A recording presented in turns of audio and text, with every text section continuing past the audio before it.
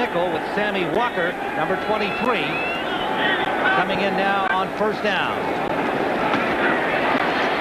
That's blocked at the line of scrimmage, batted away. Kramer trying to get it up the middle for Herman Moore. It'll be 2nd and 10. The interesting, Bennett got a hand on it. Yeah, the interesting thing here is the fact that we've talked about offense all week. Herman Moore getting the ball, Eric Kramer settling down, you know, the absence of Barry Sanders. But really, this game today is going to come down to which defense plays better. Who forces the turnovers, who comes up with big plays. So it'll be either the Green Bay defense or the Detroit defense. Both these teams are in the playoffs and will play each other next week no matter what the result is here today, barring a tie. On second down, pardon me, Eric Lynch gets about 6, close to 7, near the 45-yard line. Speak about wild cards. Eric Lynch could be the wild card of this game. And the reason is real simple. The Green Bay Packers don't know very much about Eric Lynch. All they have is last week. They don't know if he's a power runner. They don't know if he's a slasher, outside in. They don't really know exactly what he does. So he can really define himself today. Lynch came off the practice squad with the injury to Derek Moore getting the start last week. Moore out with ribs injury and also a touch of the flu, and he's missing again today. On third down, it's knocked away at the line of scrimmage. Yeah, you'll see tip balls today. Yurkovich. Yeah, John Yurkovich got his hand up there. And the thing, it's real simple. See, Eric Kramer's not a big guy. He does better the deeper he drops. When he doesn't drop real deep, there's a tendency to knock that ball down. Now, I got to tell you, if John Yurkovich is knocking the ball down, that's got to be a low ball. Man, he could crawl under a snake, that guy. He's 6'2", which by NFL standards is not very tall, and you think he's probably not even that. Oh, he's lying. Well, he looked like a ballet dancer going up for that. That's a belly dancer. Huge punt by Jim Arnold. He's been a dandy all year, but it goes through the end zone and will be a touchback. 55 yards from Arnold. Tim Ryan with Matt Millen at the Silver Dome in Pontiac, Michigan. We are scoreless, 11:18 to go in the first. Detroit and Green Bay at 9-6 coming into this final game of the season. Minnesota's victory over Washington yesterday, making them the third wild card in at 9-7. And the loser here today will, of course, have to travel next week. If the Packers win, they'll be at home against Detroit. If the Lions win, they'll be back here, and the Green Bay Packers will have to return. I'll tell you this, though. If there's a three-way playoff, I think the Minnesota Vikings play very well and match up well against both these teams. And with McMahon throwing the way he is right now, that's going to be a tough team.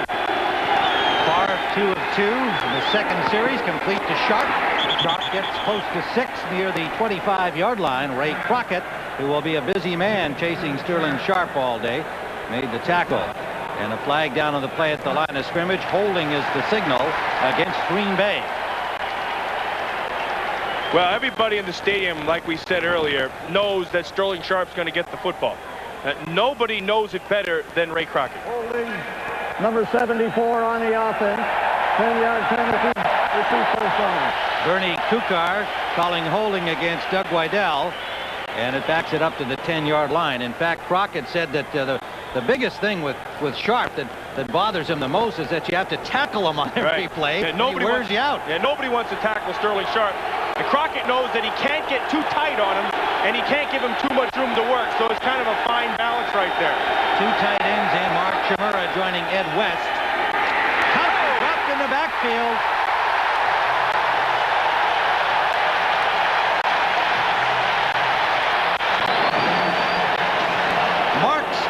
Coming free. Yeah, well, he's out of character right here at nose guard. Watch him just take to the inside. They got themselves a slant. He goes to his left. Nobody touches him. An error by the Green Bay Packers. Spindler takes full advantage. And I said it earlier, I'll say it again. This here's a madman. Plays on emotion, loves to play the football game. You stoke his fire early, he's going to burn bright all day long. His fourth start on the nose, replacing the injured Lawrence Pete. Second down from the 5-yard line. Short drop up to Ed West, the tight end. West dropped the ball, and it is alive. West was trying to place the ball for yardage. The official's pointing down, so it stays right there. A good call by the official and a good call by Mike Holmgren. He's going to try to take the crowd out of the game right now by starting to go to short underneath stuff. Favre looked to his right already, had tried to look off the defender, finds West in the middle. He makes the catch. Now watch, as he goes down right there, he's down and the ball comes up from the ground. So good call by the official. Gibson put the hit on him, and you could see West just really reaching for more yardage there. And he got the right call. He was already down. Green Bay ball, 3rd and 16.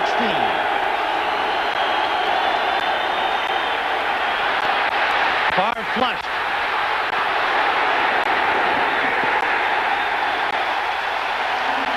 Got about 5, but the Lions forced the punt.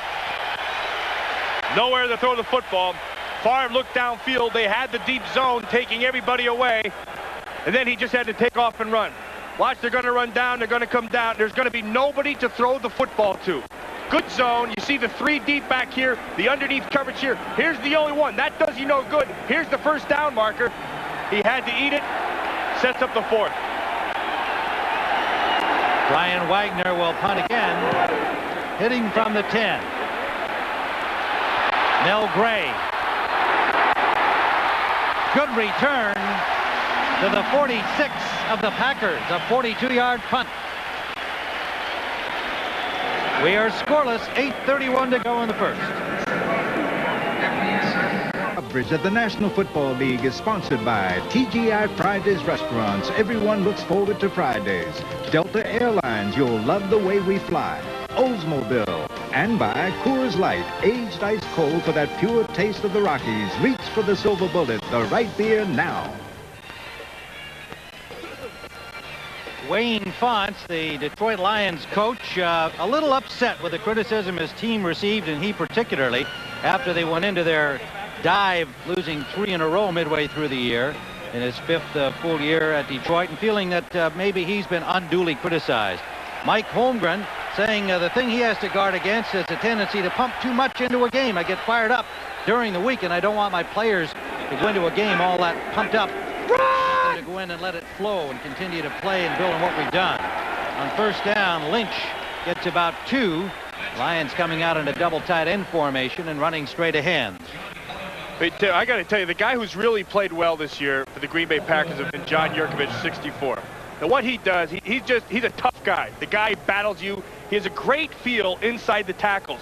He'll throw his body towards the ball. He understands the defense, is a smart guy, and knows how to play the game. I absolutely love Yurkovich. Great character, and it's good you're going with his Croatian pronunciation, too. Ivan Yurkovich. Indeed, known as John Yurkovich. Family from Croatia. He's born in Germany. Another flare out the right side to Lynch, and Lynch drags a tackler for about 5. Terrell Buckley in a physical mismatch couldn't bring him down. Well, Buckley had the opportunity to lower the boom on him, but right at the end of the hit, he slowed down. Now, when you're going to hit and you have that shot, you just run right through the guy. Never stop your feet. You watch the ball. You're going to see Buckley break from the top. Now watch right at the end. See how he sets his feet? Never set your feet. You don't do that. Run right through the guy, and he would be taking Lynch backward instead of vice versa. Lynch, 5'10", 224-pounder against Buckley, who goes 175. 3rd and 2 in Green Bay territory at the 38. Kramer, quick release, broken up. Intended for Perriman, it was Roland Mitchell with a hand on it. Yeah, great defense, Roland Mitchell.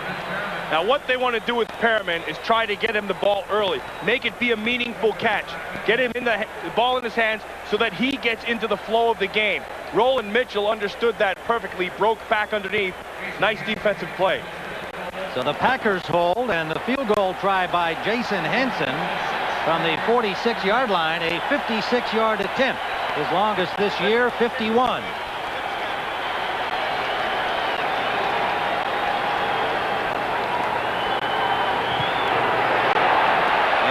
Will be short, well short.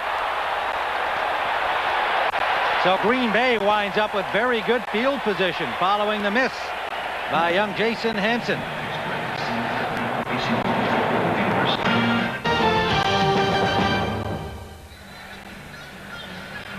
.6:53 remaining first quarter here at the Silverdome. We're still scoreless. Henson short on a 56-yard field goal attempt, and Green Bay has it at their 38-yard line.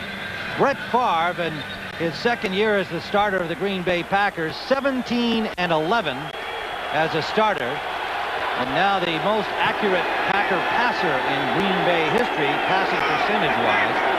But 20 interceptions this year, bringing some criticism. Darrell Thompson, running hard on first down, has 10, maybe a little more. Darrell Thompson, his biggest asset is his strength. He's a high cut guy. He's mostly all legs, and he is really kind of has a problem staying down low. You'll see as he comes through the hole, there's a big target there to hit. Now, when you're a linebacker or DB, that's what you like to see. You like to see all body. What Thompson has to learn to do is run lower, use his shoulders, stay down, and not take the hits. 101 yards last week with the help of a 60-yard touchdown run against the Raiders. Favre on first down, too high for Sterling Sharp. Sharp climbing the ladder, unable to bring it down. Well, we mentioned earlier when we showed you the starting lineups, they've been without some starters on that line. Moran, Campen, and Tootie Robbins, and then tight end Jackie Harris. Those are four key losses. Yeah, that guy right there, Jackie Harris, he's the main guy, because what he did was give him a legitimate weapon opposite Sterling Sharp, and to date they've not filled that void. On second down, incomplete for Ed West, Harris's replacement, and it was William White getting in to break it up. We talked about the accuracy of Brett Sharp. Brett Sharp, they work so well together, they become the same guy. But Favre has to throw the ball quick. He takes 3-step drops. His offensive line, because of the new people in there, haven't been able to get the good time for him. So that ball has gone quick, and he's got to be very accurate. The last play, the ball is right on top of Ed West. West didn't have enough time to turn and get it. So they have a 3rd and 10 from the 49. Blitz, and Favre is dropped. Ray Crockett.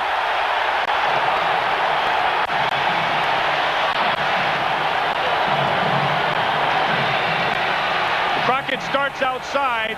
They go with the blitz inside. He'll come inside. Now he'll come around the corner. What they do is they bring too many people to block. You just cannot account for him. They have to work inside. The back takes him. Crockett comes clean. Favre goes down. Hank Bulla with an all-out blitz, and it paid off. Dropped at the 37-yard line. Brian Wagner will punt again. And he hits another dandy. Mel Gray is dropped all the way back to the 6-yard line. And does a good job to get out to the 13. A swarm of Packers meet him there. 56-yard punt. Winters made the first hit. With Matt Millen, we're looking here at Benny Blades, who is out with an ankle injury, a key performer lost early in the season. He's missed 12 games. Lomas Brown missed all of his 5 early in the season, also with an ankle injury. And Barry Sanders going down on Thanksgiving Day with a knee, 5 games. And Mel Gray missing also 5, and he's a key special teams player. Swilling has been bothered with an ankle injury all season long. Lynch breaks tackles. First down to the 28-yard line of Detroit. Nice blocking up front. Kevin Glover with a good block on Yurkovich. Then everybody gets on somebody. Watch right in here. It's going to come right up the middle. And Lynch does a good job of finding the... See it right away? Look at the block right here on Yurkovich. Right there. Dave Richards now. Just find the hole. Now lower your shoulder. See how he dipped his shoulder, ran right through George Kuntz, and picked himself up a good 12 yards. Eric Lynch from Grand Valley State in Michigan. Lions had another player from that small school. Jeff Chadwick, the wide receiver, had a number of good years for them. A free agent last year, off the practice squad this year. On first down, out to Allen, the tight end from Michigan State. And another first down to the 39. For an NFL update, let's go to Greg Gumbel in New York. All right, Tim. Thank you, Greg. Obviously, we'll keep you right up to date on that all-important game as action proceeds during this afternoon here on CBS. Green Bay goes into their nickel. Sammy Walker comes in at the cornerback, number 23. Brock goes out. First down. Detroit. Lynch again trying to get wide. And he really bangs in there hard, Matt. I think that's the most impressive thing we've seen from Lynch so far, is they the impact that he's making on these tacklers. He's been breaking a few. Yeah, well, you know, he's not impressed with anybody out there, including himself. He's got something to prove to himself, to his teammates, to the Green Bay Packers.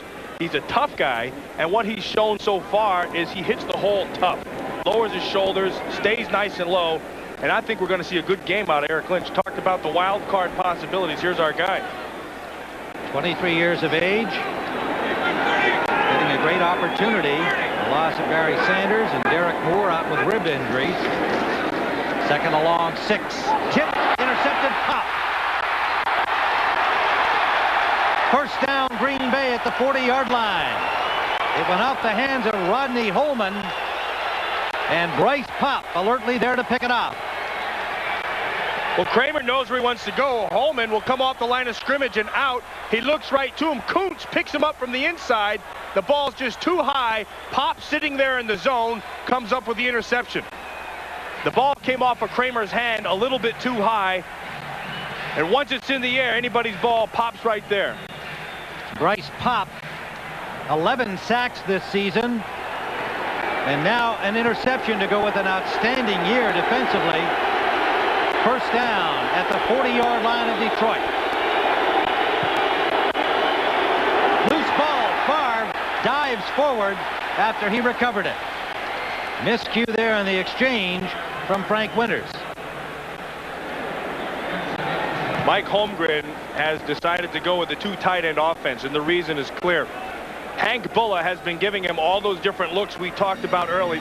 The last time he came with an all-out blitz and just had too many people at the line of scrimmage to block. So what Holmgren is going to counter with now is a 2 tight end offense, and now he goes to the 2 backs instead. Get enough people up front to try to take care of anybody coming, and then work your offense with Sharp. Second and 9, Green Bay. Screen, Bennett.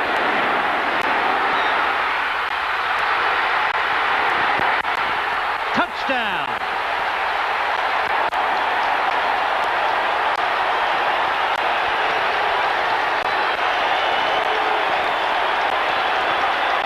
"39 yards for Edgar Bennett."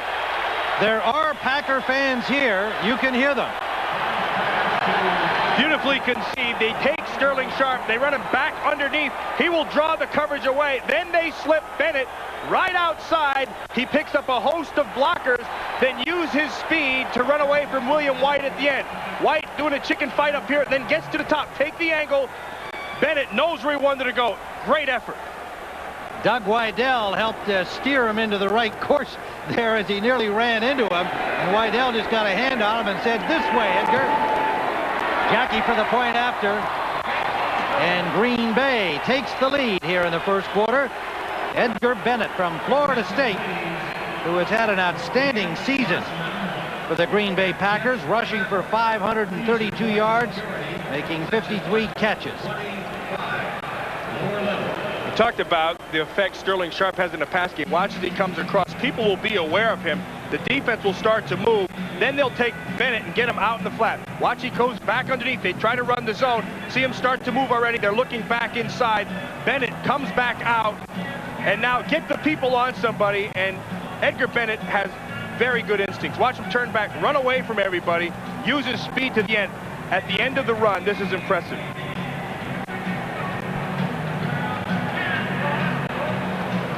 Good job by the offensive line getting the bump first on Spindler. Turn him loose. Now turn and get somebody. Winters on Spillman. Nice job. Downfield, Ed West on William White. Gives him enough time to get away. And Bennett gets in. We also talked about which defense was going to come up with the big plays, Tim. And Pop comes up with the interception, gives him the field position, and that allows Edgar Bennett with a big screen touchdown. Bryce Pop, I'm sure the Packers really didn't know what they had in him when they drafted him in the 6th round in 1990 out of Northern Iowa. And he has just turned into one of their most important defensive players. Kickoff return by Gray, stopped at the 20-yard line.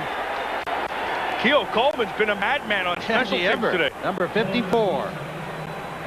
Reserve linebacker Keo Coleman, second-year man from Mississippi State. When I see them jumping around and running down like that, it reminds me of my dad telling me that youth is wasted on the young. I wish I could still run like that. It'll be a first down at the 20-yard line for the Detroit Lions.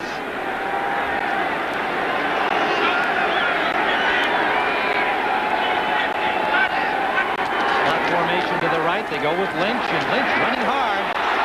Loose ball. Still loose. Does it go out of bounds? It's out of bounds, and I don't believe the Packers ever had possession. See this guy right here, that official, he's not convinced. He's looking. He went over to the referee right away. And they're saying that Detroit retained the ball. Heck, that just looked like the replay we had of the New York Giants. It did. Let's see it The ball again. comes out. Lynch right on the helmet. There's a hit by Pop. The ball's loose. Teague tries to get it, can't get it. Perriman tries to get it. He throws it. And then here they come. No control at the end. Ball goes out of bounds. Good call by the officials.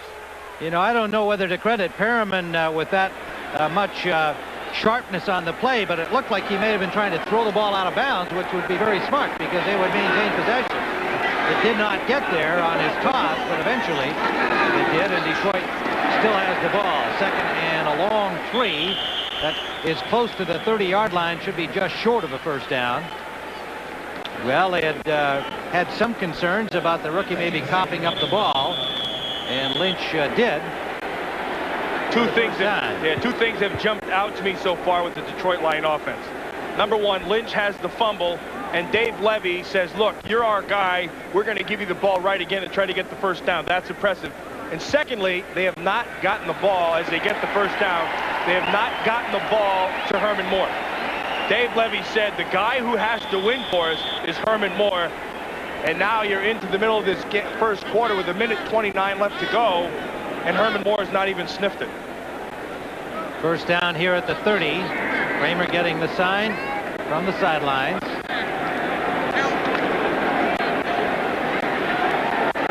And the Lions go to their 4 wide run and shoot look. Campbell, Moore, Green, and Perriman.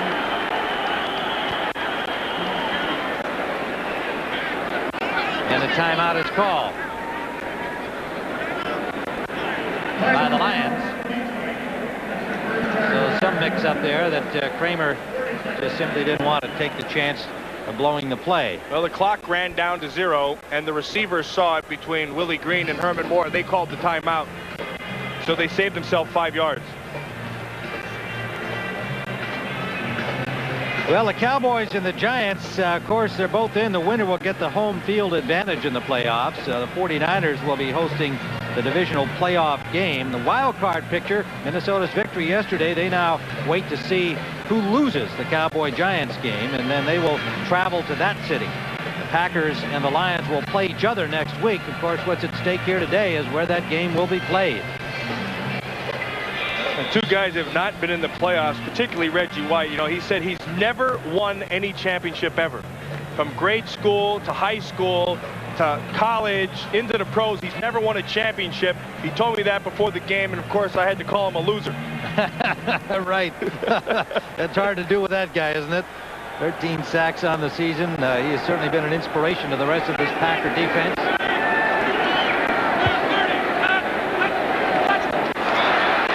Down, flags fly. Kramer up the middle. Aubrey Matthews can't hold on. It was there for him, but we'll see who the infraction is against. It may have gone for naught anyway.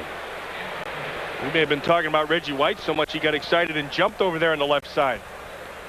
And it is against Green Bay, so Matthews a costly drop. Yeah, that was a freebie. Aubrey Matthews Offside right there. on the defense, number 95. 5-yard penalty, repeat first down. Yeah, they got Bryce Pop. A 5-yard gain on the penalty for Detroit to the 35-yard line.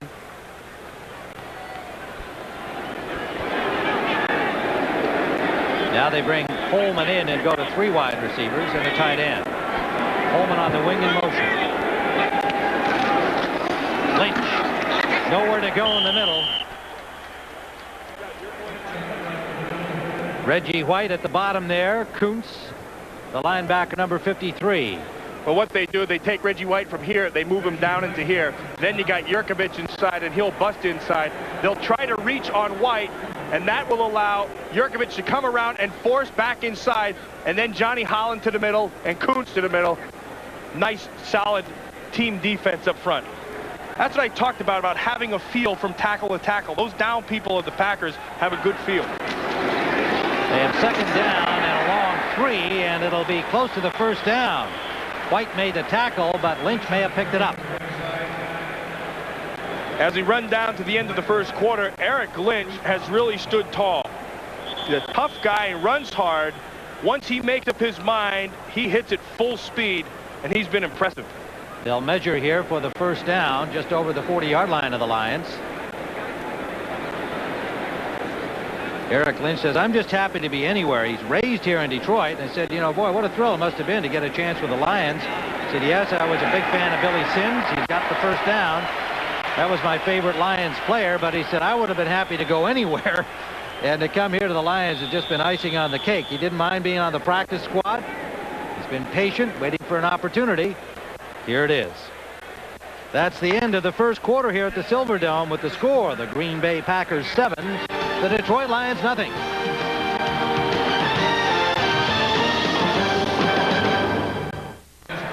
First down at the 40-yard line for the Detroit Lions as they now play from left to right here at the Silverdome. Tim Ryan with Matt Millen.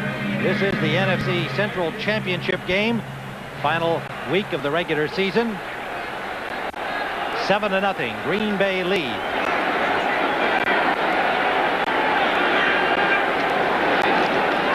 Play action. Kramer buys a little time. He's got Morrow tripped over Buckley, and he will be flagged. He's going to get the flag, but that might have been incidental. They got the bump, and Herman Moore gets a step, and then they get their feet tangled, and Moore falls down. Watch off the top. He gets his jam with the top shoulder. Very good. Now work him to the outside. A little bit of a hold in there. A lot of a hold. Now watch the feet. You know, I think they called it on the trip, and really it looked like that was incidental, but they certainly could have got him on the grabbing of his jersey off the They're going to call it offsetting penalties. There was another flag evidently at holding, the line of scrimmage. Number 79 on the offense. Holding. Number 27 on the defense. There was a hold on Buckley. Offset. We play first down. Yeah, they got him on the hold and not the trip. You're right. And Bill Fralick was charged with holding back at the line of scrimmage. Well, Bill Fralick's one of the good holders in the league. He got some big paws on him, and if he gets them on you and puts the clamp, it's very hard to get away from him. Got to hide him a little better. First down at the 40-yard line as the down is simply washed out on the offsetting penalties. Lynch trying the middle, gets only a couple as Reggie White is there. White has gotten off to a strong start on that front of the Packers today. You see Bill Fralick being a good holder. Now you see right here, you see those hands? You know why they have them in white? That's because they blend best with the jerseys. That's what the offensive linemen will do. What they used to do in the old days was with each team coming in, if they had a dark jersey, they'd go with dark hands. So the league came in, nice pick there, Bill. The league came in and they make him declare a color of your hands. And so at the beginning of the season, they have to go with the color. They choose white because that's the visiting team. We go to a commercial break. He should have had gray gloves on there. Wayne Fonts and the Detroit Lions trailing 7-0 here early in the second quarter, and the turnover department such a big factor every week in the NFL. When the Lions are even or plus, they've gone 8-1, and when they've been minus in that department, they're 1-5. Well, of course, the interception by Bryce Popp off the hands of Rodney Holman has set up the only score of the game. Favre to Bennett's 39-yard touchdown. From the 42-yard line, it is 2nd and 8 for the Lions in Detroit territory. Pressure on Kramer, gets it off, and it is incomplete, intended for Perriman. A little too high, and good defensive work by the Packers there to bump him. Roland Mitchell is kind of the forgotten man in the Green Bay secondary. You know, Teague has come in at safety. Leroy Butler, we talked about having a Pro Bowl year, who didn't get there. Terrell Buckley on the other side, and Roland Mitchell has been the guy they've kind of wanted to replace. They brought in Bruce Pickens. They thought he'd be the guy. He got toasted here against Detroit, so they cut him. Roland Mitchell has week in and week out showed up, been mistake-free, and played well. Walker and Doug Evans into the secondary now. 6 DBs in on 3rd and 9.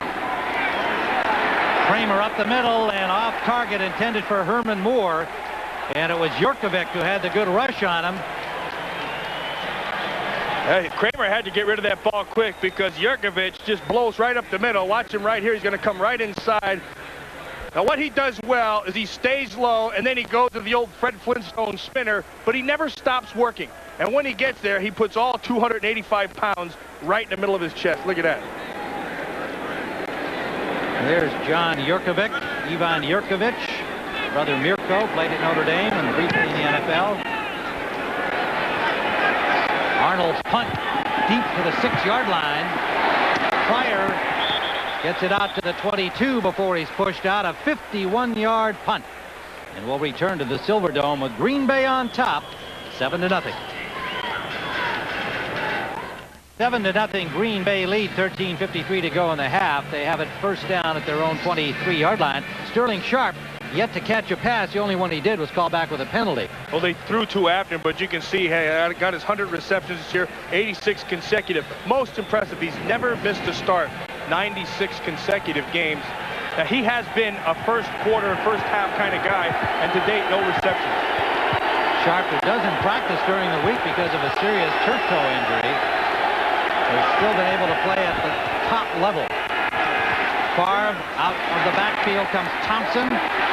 Thompson nearly got away from the first tackler, but George Jameson managed to hang on to him, holding him to a 5-yard gain. Dallas on top of the Giants on that field goal. We'll keep you updated on that game. New England hurting Miami with an early lead. Pittsburgh needs to win to stay alive.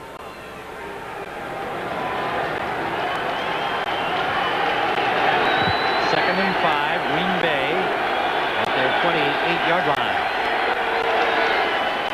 Edgar Bennett. Bennett trying to get to the marker is stopped short by about a yard. Spielman and White ran him out. Edgar Bennett, as I watch this team, to me is the best instinctive running back the Packers have.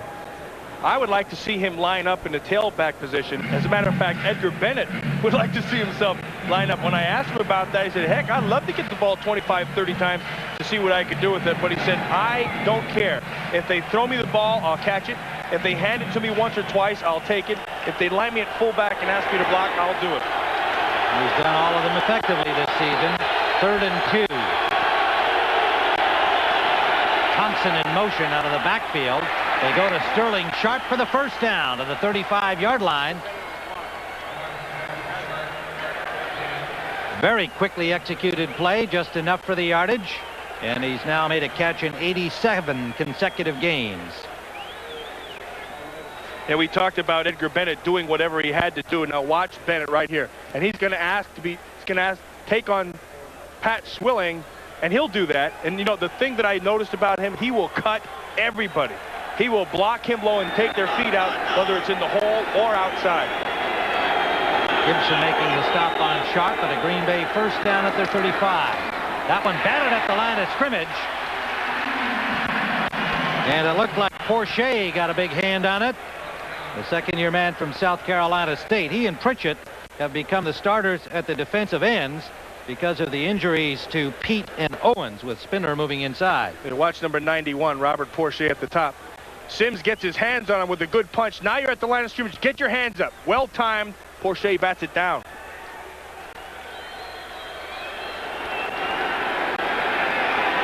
You can see Favre trying to throw that one on a line, and the big man Porcher at 6'3", batting it away. 2nd and 10. Little draw play for Bennett. Bennett, good feet. Good job by Bennett. Picks up 9, close to a first down. White and Colin stop him there. And watch inside. You're going to see the patience of Bennett. He's going to stop and then look back. Now this is vision, and this is seeing where the hole comes from. Now he's supposed to come outside. Now look at the power right there. Right here. Now cut it back inside. Good vision, good patience. Let everything develop in front of you. That's that little bit of magic that Edgar Bennett has that the other running backs don't have in this Packer team. Two tight ends now. Mark Chmura joining Ed West, third and a yard. And a first down by Bennett to the 48-yard line of the Packers. Nice work of the offensive line inside. They got themselves enough of a surge to pick up the 2.5 yards and get the first down. Here you can see Rutgers has been there all year. Wydell they brought in as a backup. He's had to start. Galbraith started all year. Sims came in as a backup to Tootie Robbins. The guy, though, in the middle who's really played himself a pretty good year is Frank Winters. He came in for camping early, and he's been consistent all year. First down, Green Bay. Favre forced from the pocket, gets it off, intercepted. Crockett.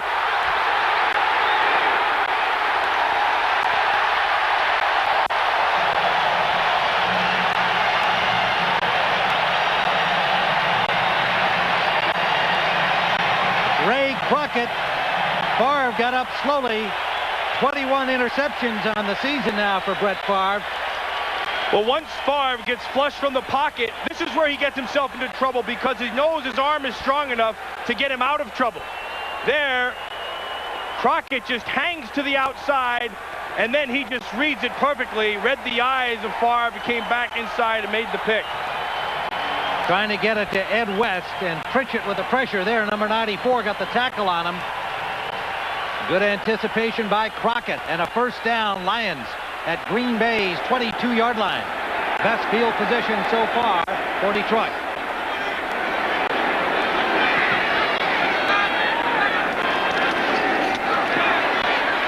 Herman Moore.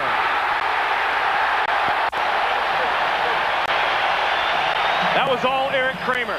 They came up to the line of scrimmage. He saw Terrell Buckley on Herman Moore. There's a height disadvantage. Kramer calls the audible and goes to the fake. Now comes up, he's looking right away. He knows exactly where he wants to go. And then it's Herman Moore using his body to get position inside. Watch, he takes the step, now break inside. He gets his separation and then expects Buckley to come to him.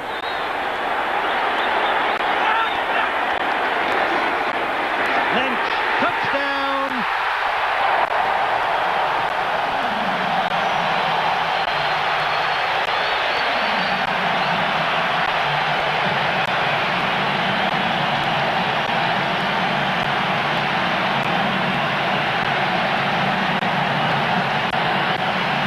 The decisiveness of Eric Lynch is what gets him his 6 points. He sees it inside, now take it right. Nice block on Teague.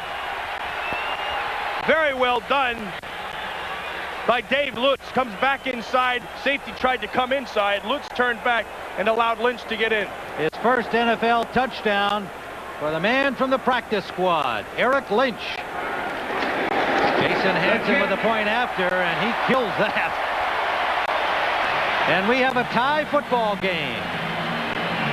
9:45 to go in the half. 5-yard touchdown run after this man's interception. Ray Crockett setting it up and tying up the ball game at 7 with 9:45 still to play in the first half. Hansen's kickoff deep in the end zone will not be brought out by Corey Harris. And Green Bay will start from their 20-yard line. Well, Eric Lynch got a lot of help on the touchdown. Watch Dave Lutz right here, and the block by Bill Fralick on Yurkovich. That's a tough block to make. And then Reggie White on the nose is cut by Kevin Glover. All well done. Blow him off the ball. Nice job right there by Fralick. Now right at the end, Teague has a shot. Lutz gets a hand on him, pushes him out of the way, and that allows Lynch into the end zone easily. You can see how far off the ball Reggie White's taken. 3 yards off the ball, and that allows Lutz in. First down, Green Bay from their 20-yard line. Favre, good play action fake, can't find anybody, he'll run it. And dives to the 30-yard line, getting to the marker for a first down. Favre got up slowly on the interception play after the hit by Pritchett appears to be all right. And speaking of Pritchett, he gets up limping. Yeah, well, there's nowhere again to throw the football. You're going to see the coverage here and here, and they look downfield. They try to send the tight end Ed West right down the middle of the field. Everybody is covered. They pass him off to the 2-deep zone. Here's the 2-deep, nowhere to go. The impressive thing about Favre is that he knows he was just beat up, but he doesn't care.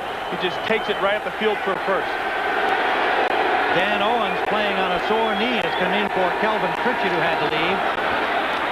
Flags are down as Thompson is dropped. It looked like an offside Detroit. They could have been drawn.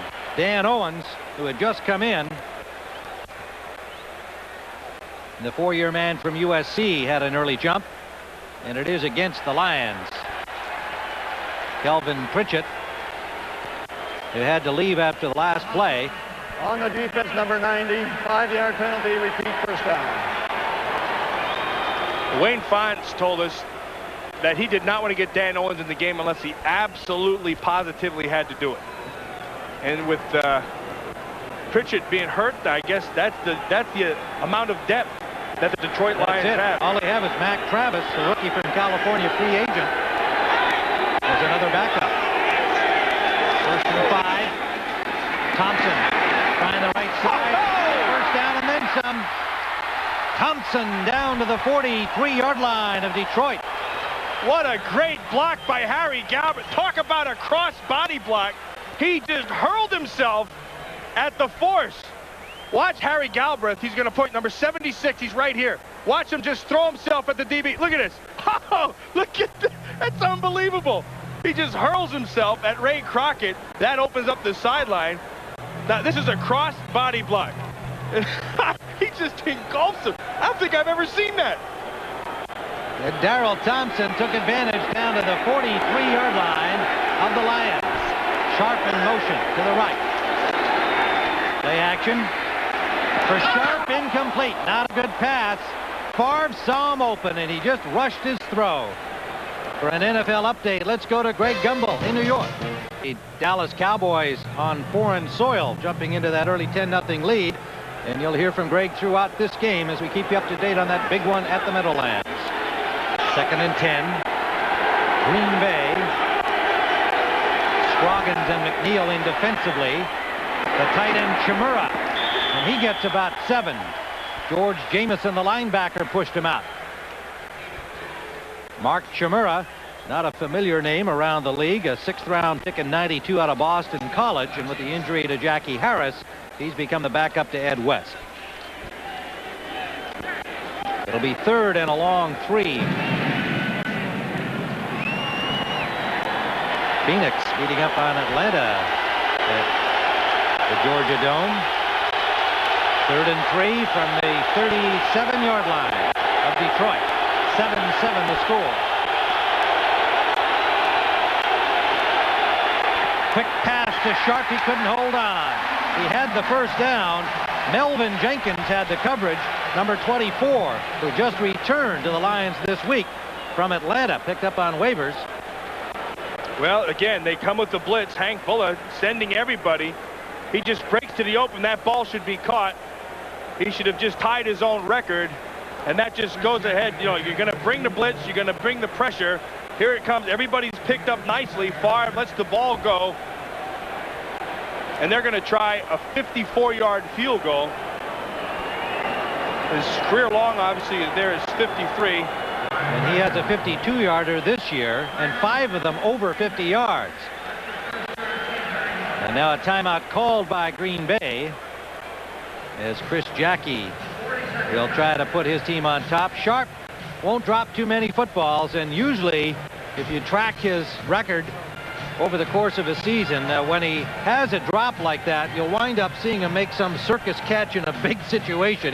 He inevitably makes a big play. He can shake off a drop just like a quarterback, a good one, can shake off an interception. Yeah, the fun thing this week was that he was the backup to the Pro Bowl, and I just had to laugh about that. In my mind, and I said this early, Sterling Sharp should be the most valuable player of the National Football League. See, this is a joke. Sterling Sharp, as not being a starter, and Jerry Rice had himself a great year. He should be a starter.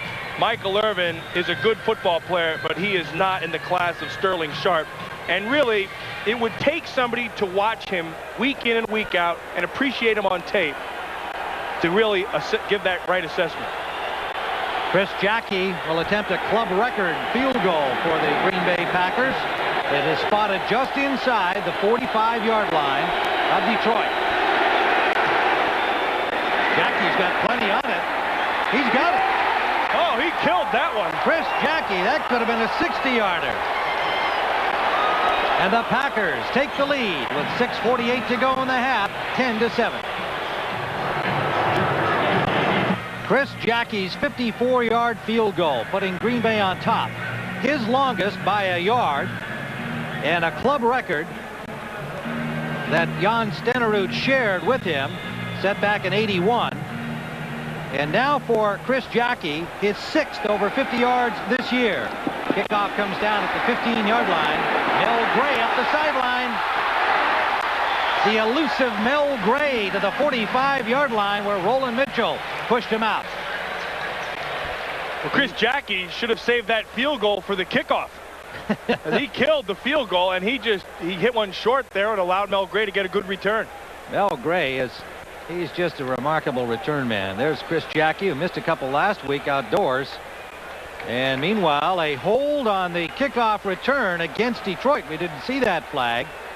And don't forget, they take that penalty. Holding number 59 on a return back, on a run back, 10-yard penalty, first down. Tracy Scroggins guilty of the hold, and so the good return by Gray is wiped out. Yeah, they'll take the penalty from where the flag was thrown. So they'll bring it back to the flag and then take the 15 yards back. So they get kind of a +2 there, do the Packers, because it's at the 18 now. Of course, they would have had 20 with the touchback. So Kramer starting from the 18-yard line. 10-7, Green Bay lead. 6:36 to go, first half. They're at Lynch. And Lynch cut it back inside, turned that into a 5-yard gain. Yeah, you know, I told you that he said he wasn't impressed with the Green Bay Packers, nor himself or anybody. And look, watch Reggie White right here. See, he says he's not impressed. He's trying to prove something to himself. Now 92 is looking right in his face. So what you do, you just run away from him, sidestep him, and just bull your way upfield. Yeah, when we asked him, I did, about, what's it like being out there against Reggie White? What do you think about that? Great all-pro for all these years. An unknown like you. He said, I'm going to try not to notice him. Well, he did a good job there, yeah. Flag flies as Lynch got the first down yardage to the 30-yard line. White making the tackle downfield, but a flag at the line of scrimmage. There's a flag. They're going to get him for a hold. Detroit Lions. And they'll take it back. But I got to tell you right now, the Detroit Lion offensive line, they're winning the battle up front. Holding number 53 on the offense. 10-yard penalty. Will repeat, second down. Bernie Kukar giving that penalty to Glover, the center. As Kevin Glover working on John Yurkovic right over the nose, these two guys. And this is a good battle. Both of them are real solid, good players. He tries to go with the throw, and I don't think that's a hold. I think that's a bad call by the umpire. The impressive thing about that play was the umpire threw that flag up at you 15 yards. Good arm. Second and 13 now for the Lions. Mired in their own end. Kramer for Lynch, and he can't hold on. A little high and a lot of mustard.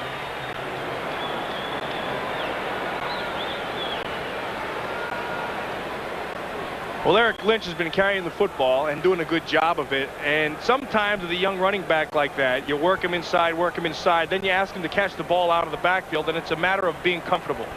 And if you're not comfortable catching the ball, running away, sometimes it's a tough job. Some guys are better catching it as they face it with their bodies. Some guys are better catching it away. In either case, you have to be comfortable doing it, and it looked on that play like Lynch wasn't. Third down and 13. They try the other side, and Lynch makes that catch, but he'll be short of the first down. Driven out by Sammy Walker, the third-year man from Texas Tech. Mitchell there with him. Looks like he got hit on the side there, and his ribs holding his side, coming up, but a nice tackle. Again, we said Roland Mitchell has showed up every week and has done his job. He's been consistent and played well. Mitchell came over in Plan B 1991 from the Atlanta Falcons. 29-year-old veteran. Arnold will punt from the 15-yard line. Another dandy. Pryor backed up to the 20.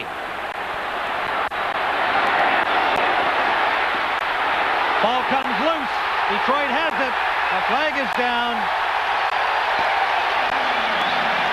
Antonio London put the hit on him. Jenkins came up with it. And Pryor had a good return going. The rookie linebacker London gave him a real smack. 56-yard punt by Jim Arnold. And the penalty is against Green Bay. It'll be Detroit ball. Holding number 29 on the return team on the run back. Penalty is declined. First down. That was your hold right there. Marcus Wilson at the top.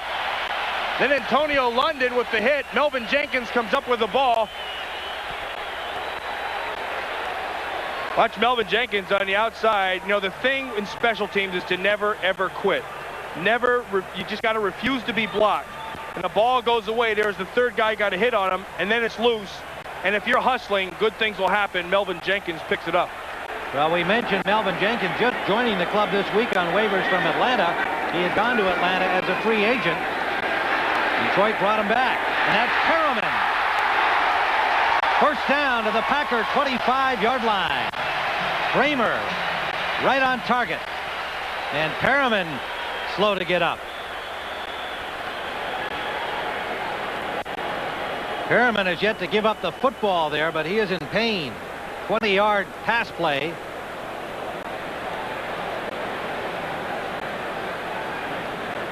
And with this timeout on the field, we'll take this commercial timeout and be right back. 10-7 Green Bay lead, but the Lions are threatening on this pass play to Perriman.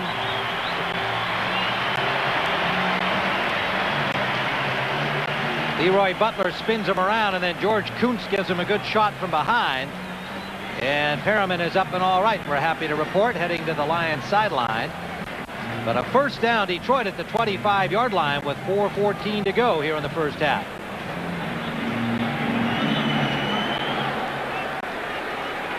Kramer had that on a rope, a 20-yarder. He's now 6 of 13 for 73 yards in this first half. Turnovers, as usual, the factor. Jenkins recovering the punt return fumble by Mike Pryor, and you can see the Packers defense on this play on first down. Eric Lynch to the 18-yard line, a gain of about 6. Kuntz on the tackle. Well, Dave Levy told me that he likes to run away from power and run to speed, and because of that, he was going to run away from Reggie White. Well, he has not done that. They are running the right side of the offensive line behind Dave Lutz and Bill Fralick, and they're winning the battle. It's been power on power, and Detroit's been winning. George Kuntz is the injured Packer down. Now, he missed last week's game with a foot injury, and it looks like they're working around his midsection here. That's a shoulder. That's a shoulder all the way. They go under the pads, and they feel to the top. That's the old shoulder. Maybe he came down on his elbow and got a pop. Now, Bryce Popp had already left the game with a calf injury. See him coming over across the top right in here. Gets his head down, and it just looks like Lynch ran right through his shoulder, and that looks like a shoulder to me. Eric Lynch has shown power running in this first half.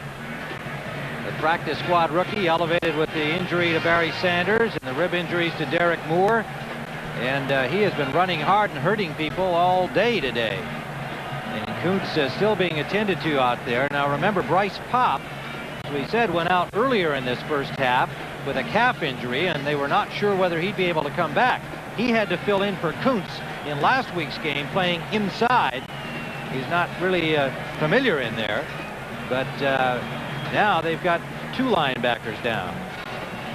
Now let's just take this opportunity to remind you that coming up after Dolan Mitchell, meanwhile, getting some attention, it looks like, to his ribs there.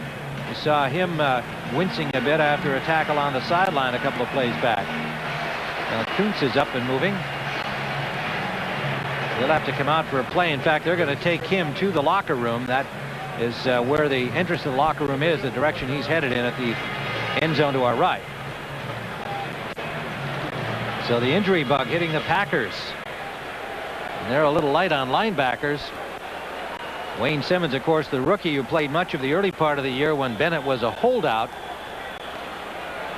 Simmons has come in for Pop, and now Keogh Coleman has replaced George Kuntz. Second-year man from Mississippi State who's been impressive on the special teams today. The Lions inside the Green Bay 20, 2nd and 4. Play action fake, and it's batted at the line. And it looked like Matt Brock might have got a hand on that. He was the first man in deep. And now John Yurkovich is down, getting up slow. Takes him a while to get up anyway. He kind of unfolds. Yurkovich right in the middle of your screen. Now they're going to run some stunts inside. You'll see him come back. Now go back inside. Brock turns around and gets his hands up, and that's Yurkovich again. That's his second block. Yeah. And then he hits the ground rear end first. Fortunate for him. 3rd down and 4. Lions. Good time, and that's batted again, and I believe Yurkovich once more.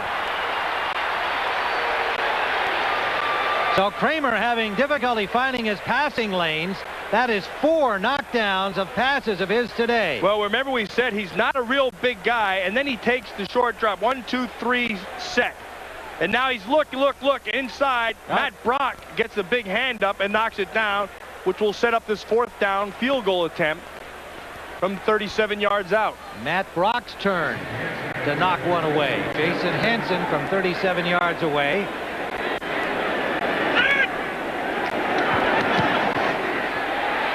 And Henson on the mark, and we have a tie game again. 37-yard field goal by Jason Henson, who is now 32 of 40 on the year, and just trailing Jackie by a couple of points in the scoring race. The Detroit Lions felt that they would have to win first down to be competitive in this game, and then their defense would take over. Well, so far on first downs, out of 14 first downs so far in this half, they've run the ball 9 times, and I think that's a credit to the offensive line, particularly the right side of the offensive line. Glover, the center, Freilich, the guard, Dave Lutz, right tackle. They have been playing very, very well, running power football, something I didn't think they could do against the Green Bay Packers. Well, as is often the case, turnovers playing the major role in point production. Packers have 2 turnovers resulting in 7 points, giving up 7 points, and 10 points given up by Detroit. Ty Halleck, number 49, loves playing special teams, the rookie from Michigan State, because I believe my coach Frank Gant, who said, hey, it's not like a series of plays, it's one play, and you go all out. And he won't get a chance here because the good kick, they'll keep Harris deep in the end zone, and Green Bay will start from their 20. 3 minutes exactly remaining here in the first half. The NFC Central Championship title at stake. These 2 teams will face each other again next week, and the winner will be the host. Favre, 7 of 13, 68 yards, 1 touchdown, 1 costly interception.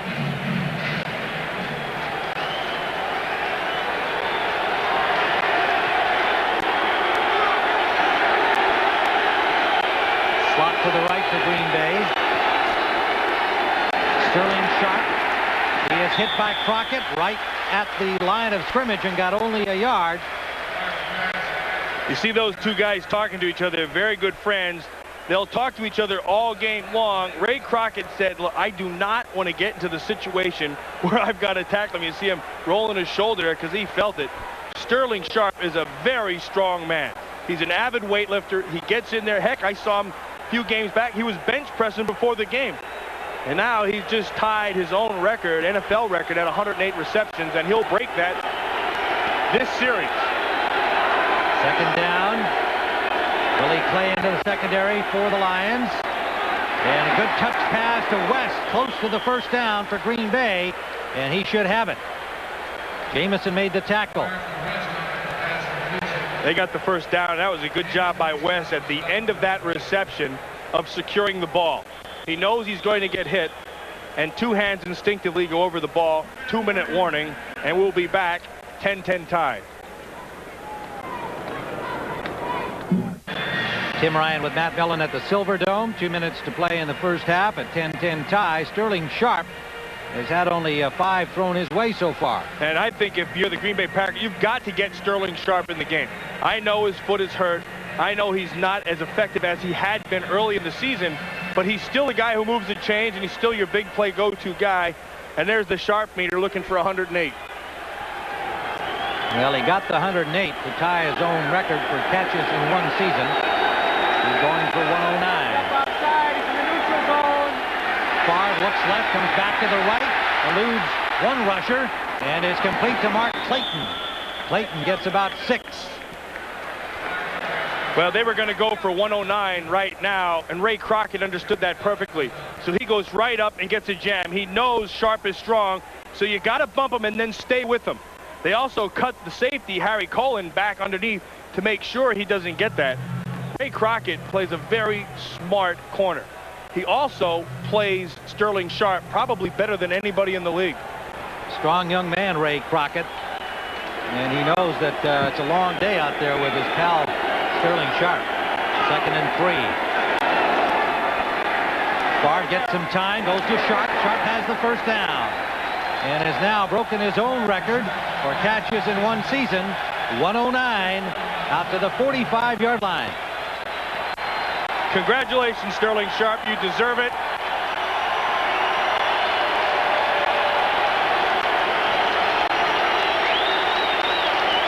See, the first guy over there was Ray Crockett to congratulate him. Man, a number of Lions now. He's a popular guy in this league. Nobody has more fun playing the game and still plays it with the same intensity as the toughest, most serious guys out there. And they saved that ball for him. Sterling Sharp, of course, broke the record set by Art Monk initially. Edgar Bennett, near midfield, gets about 4. 1:17 and counting down. A tie game. Packers in their 2-minute drill. Spielman and Jamison made that stop. In the flat, Edgar Bennett takes it out of bounds, stopping the clock with 1:01. They need a yard for a first down. Coming up on the NFL Today halftime report, Greg and Terry will have all the scores and highlights from around the league. Plus, you'll hear from some NFL players as they make their New Year's resolutions for 1994. That should be fun. See what Terry's resolution is. 3rd down and a yard here at the 46-yard line, just outside. In Detroit territory. And they have to use a timeout. Clayton coming in late. Perhaps either bringing in a play or some kind of a mix-up in substitution, but they have to take a timeout. Mike Holmgren had some sharp words for Brett Favre as he came over. There was some kind of a mix-up on the play that cost him a timeout. And Mike Holmgren, of course, knows about playoffs with San Francisco, but this is his first with Green Bay. His wife, Kathy, said last year it's nice to have them home, but it's nicer when they're still playing. So she's used to him being away at this time. 3rd down, a long yard.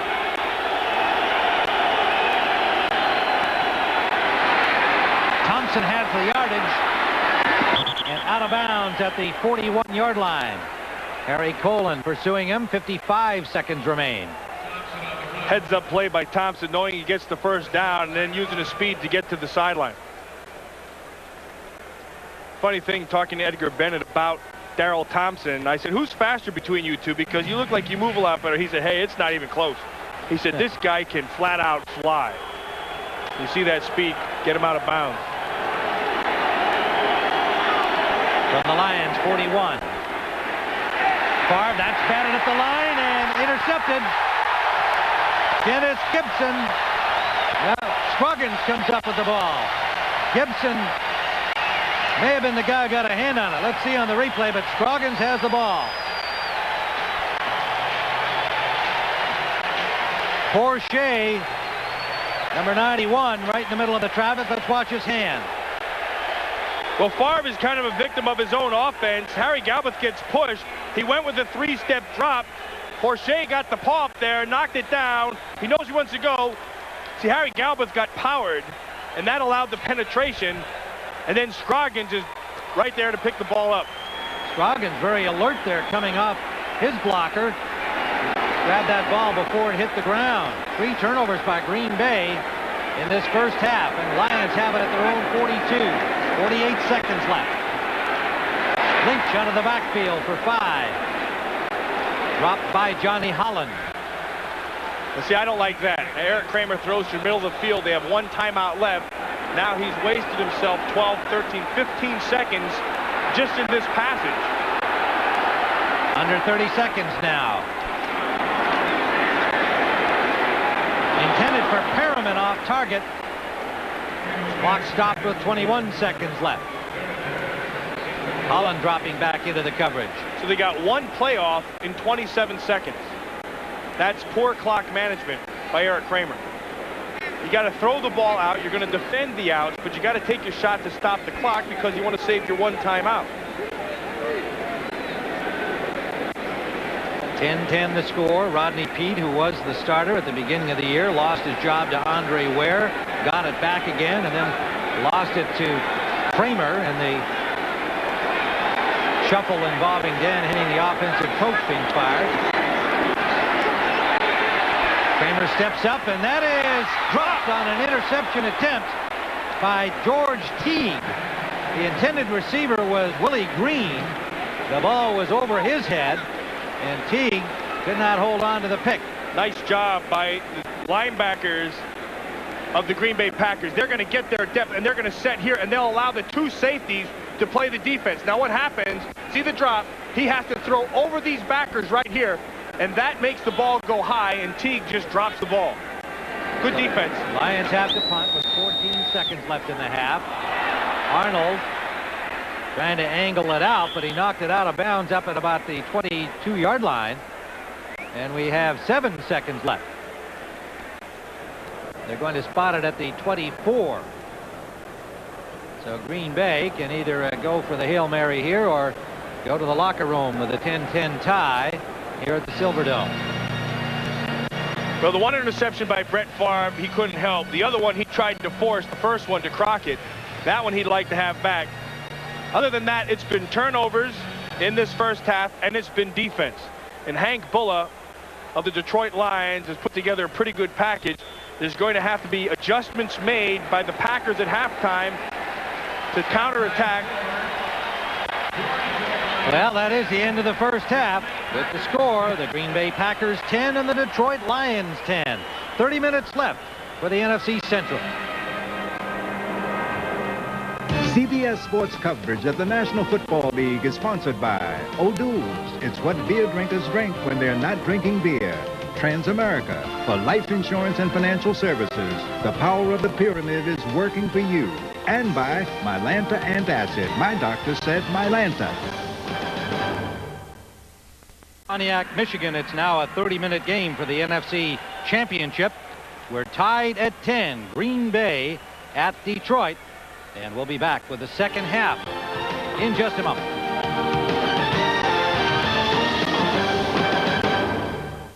The National Football League is sponsored by Lincoln Mercury and the complete line of 1994 Lincoln and Mercury automobiles. Dr. Pepper and your local Dr. Pepper bottler. Cellular One, clear across America. And by MasterCard. It's more than a credit card, it's smart money. 10-10 the score as we begin the second half. Tim Ryan with Matt Millen at the Silverdome, and turnovers playing a major role in the first half. Bryce Pop of Green Bay with the first interception of the game and the first turnover that led to the first score by the Green Bay Packers. Well, Kramer got some pressure, and then he let the ball go high. Pop just happened to be there. Of course, that sets up the touchdown. The screen to Bennett, and then later on, this is a bad decision by Brett Favre trying to make something happen out of nothing. and Crockett does a good job of baiting him and then coming back. And then it's all the offensive line and turns into Eric Lynch touchdown. They just take the Packers off the ball and allow Lynch to skate through untouched. And that gives us the 10-10 tie. Hansen with a 37-yard field goal for the Lions. Jackie a 54-yarder. A Green Bay club record that gave them their brief 10-7 lead. Mel Gray from the 11-yard line as the Lions will have the ball first. And Gray breaks loose. 2 men to beat. And it's the kicker, Jackie. That's a great tackle by Chris Jackie. That is a tough tackle to make in the open field, and a kicker made it. Mel Gray, who missed last week with a concussion, again a sparkling performer on the special team. Well, he goes up the left side, and then he shows some strength right here. Shakes off of George Teague, then shakes another tackle off. Keogh Coleman misses him. Now watch at the end. This is a very good job by Jackie. Look at that, coming all the way across his body, had to change direction.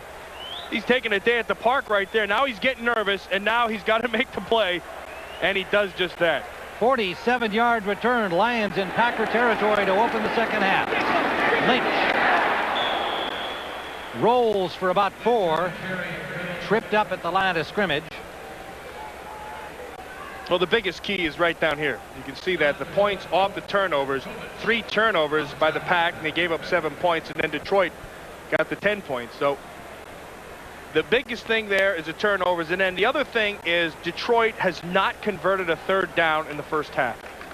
Green Bay is 3 out of 7. Detroit is 0 for 6. And those batted balls, 4 times Kramer has lost his passing lanes. The linemen of Green Bay sticking their hands up to knock him down.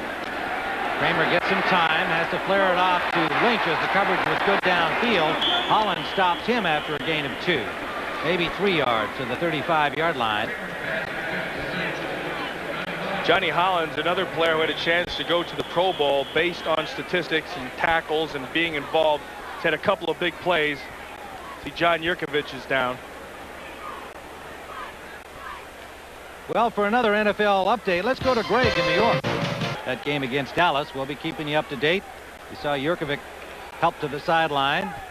Wayne Font's upset about something here. It's working the referee on the sideline, the official on the sideline. It is 3rd down and a long 3 at the 35-yard line. Mike Holmgren, calm demeanor at this stage at least, on the far sideline. Bill Moss has come in to replace Yurkovich. Moss bothered with an Achilles injury much of the season. Lynch diving is stopped short of the 1st down. Make that 0 for 7 on 3rd down conversions. And Dave Levy told us that he thought they had to win on 1st down. They've done that, but 3rd down has been killing them. Bill Moss, when they brought him over from Kansas City as a free agent, figured to be the starter. But once he was injured, Yurkovich got his chance, and he's been hardly displaced. Hansen, another field goal try. This one from 53. He was short on a 56-yarder, hit on a 37-yarder.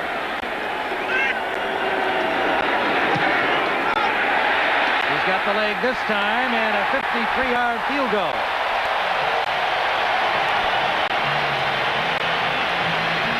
Jason Hansen has broken the tie. The Lions on top, 13-10. Kickers, a common sight this season in the NFL. Jason Hansen's 53-yard field goal, his longest in his 2-year career, giving a 13-10 lead to the Lions. And that is just a yard short of the club record set by Eddie Murray, now with the Dallas Cowboys. Earlier, Jackie had hit one from 54, and that's his longest career field goal, and indeed a club record for the Green Bay Packers.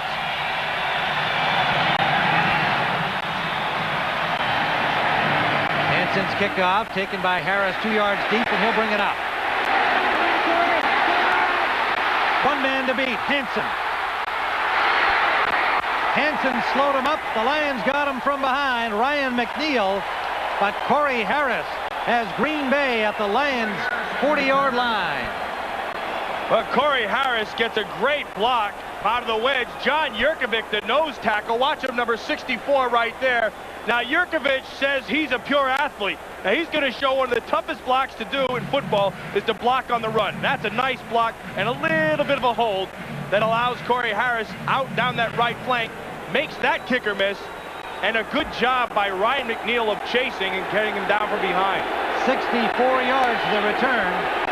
First down, Green Bay. Thompson. Loose ball. Out of bounds. Green Bay possession. Chimura fell on it, but the ball was already out of bounds, and Thompson a little lucky there after a fine run.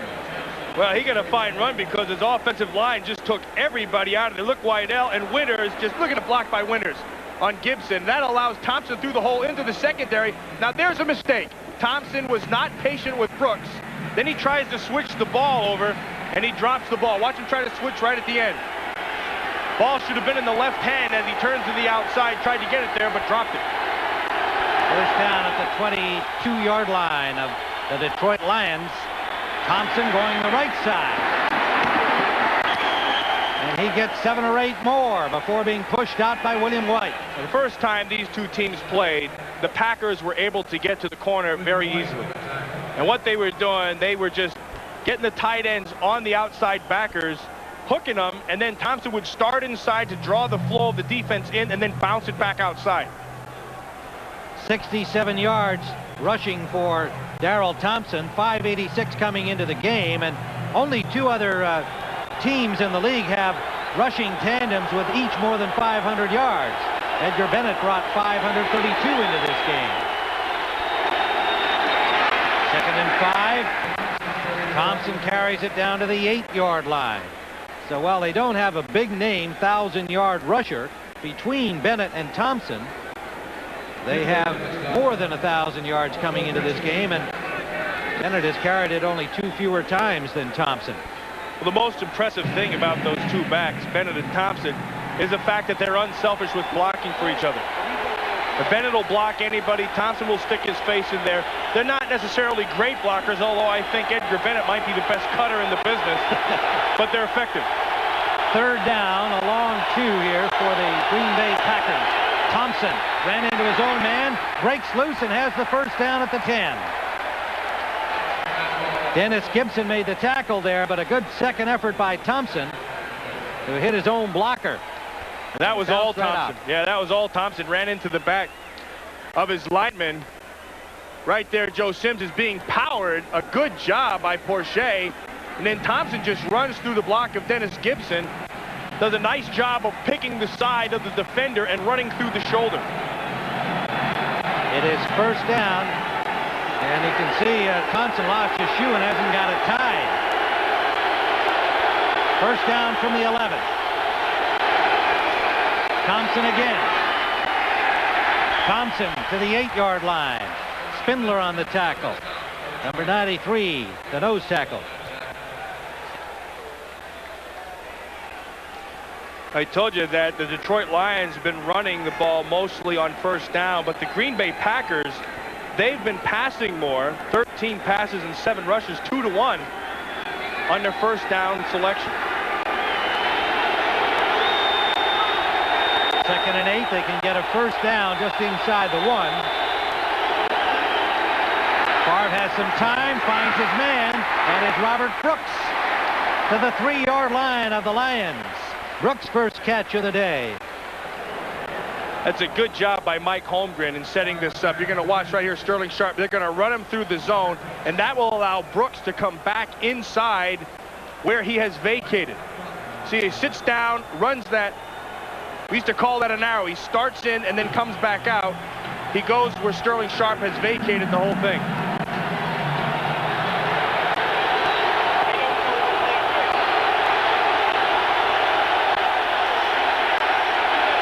Third down, a yard and a half for a first. Bennett pushing into the end zone. No sign yet. Yes, touchdown. That was a scrum. Yeah, they should award that touchdown to the offensive line of the Green Bay Packers. Bennett just got in behind him, and they just pushed everybody. Yeah, this is actually bad defense because everybody's too high. Whenever you see this, that means everybody's standing straight up. Look at everybody's too high. Thompson throws his face in. Now look at how high everybody is. It's a battle of leverage, and Green Bay wins that battle. Edgar Bennett with a touchdown. And Green Bay has retaken the lead.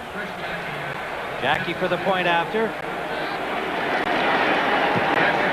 And he's got it. 8:28 remaining in the third quarter. And the Packers now lead at 17-13 as we see Edgar Bennett give them the lead.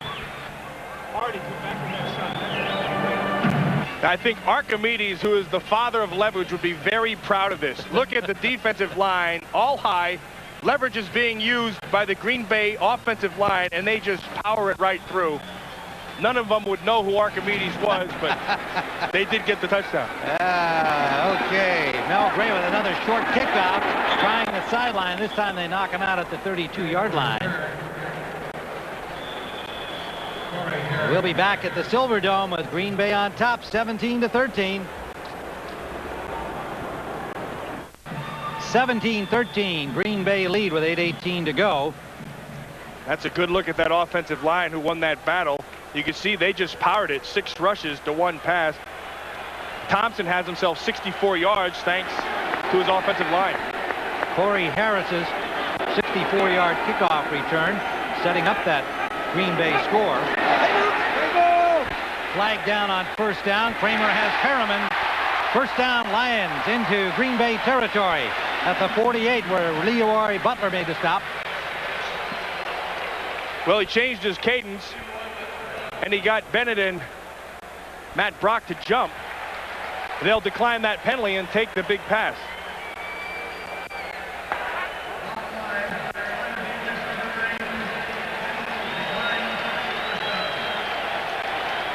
See, they got him to jump. He changed up the cadence.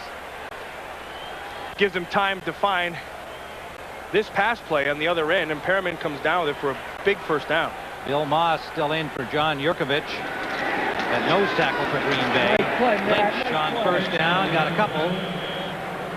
Eric Lynch out of Grand Valley State. Brock and Moss combining to pull him down. Lynch, who had 85 yards last week in his first start against the Bears. Young man filling in for the great Barry Sanders. Well, he's got himself 68 yards right now. The offensive line again is taking advantage of the defensive front. So it's time for Ray Rhodes, the defensive coordinator of the Green Bay Packers, to start giving himself some wrinkles. They'll start to go with run blitzes, go with more man coverage, and take away the running lanes. 2nd and 8 for the Lions. Packer territory.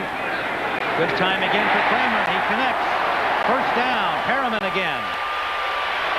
To the 33-yard line of Green Bay. Roland Mitchell on the tackle. Well, Brett Perriman's the kind of receiver that if you get him involved, he gets better and better. If you don't get him involved, he kind of starts to pout and he kind of loses interest until you get the ball in his hands. And the key for him is once you get it in his hands, keep throwing it to him. And he gets better and stronger the more he's used. Kramer now 10 of 21. First down at the 32 of Green Bay. This time some heat on him, and he tried to get it out to the release man, Lynch, but it was Matt Brock in his face. And the Giants have closed it to 13-10 on that 1-yard touchdown run by Bunch. Watch Matt Brock work on Dave Richards right up top here. Brock on Richards, 67. And he's going to work to the, tries the bull rush, then he gets him turned, goes with the arm over, and gets the arm on Kramer to force that poor throw. There's defensive coordinator Ray Rhodes. It's him right here with the towel around his neck. 2nd and 10, draw play Lynch. Reggie White is there, fighting off the block, holds him to a 2-yard gain. And that looked like the hole was back inside. One of the few bad decisions for Eric Lynch. It came with a draw, and the middle opened up. Then he bounced it outside, and Reggie was there. You know, it's been a relatively quiet day for Reggie White. I got to say that Dave Lutz is playing a good football game. I think early in the first quarter he was more involved, but Lutz seems to have maybe taken the measure of him since then. Doug Evans is into the secondary for Green Bay. They take a linebacker out. 4 wide receivers in for the Lions. 0 for 7 on 3rd downs. By Detroit, Lions. The pass for Green could not shake away from the defender, Sammy Walker. And the fans wanted a penalty on Walker. Yeah, a good call by Ray Rhodes. And a good job by Sammy Walker. You can see he's looking up at the scoreboard. He's complaining to the official. But good defense. They went with the blitz inside. They knew it would have to be thrown quickly. Sammy Walker got up and jammed Green at the line of scrimmage to take away the timing. Well, you saw Wayne Fontes looking up at that big screen as he heard the boos of the fans. He checked it out and agreed with his fans. But it's a field goal try from 48 for Jason Hansen. And it's good. Hansen's 48-yarder. And we have a 17-16 ball game.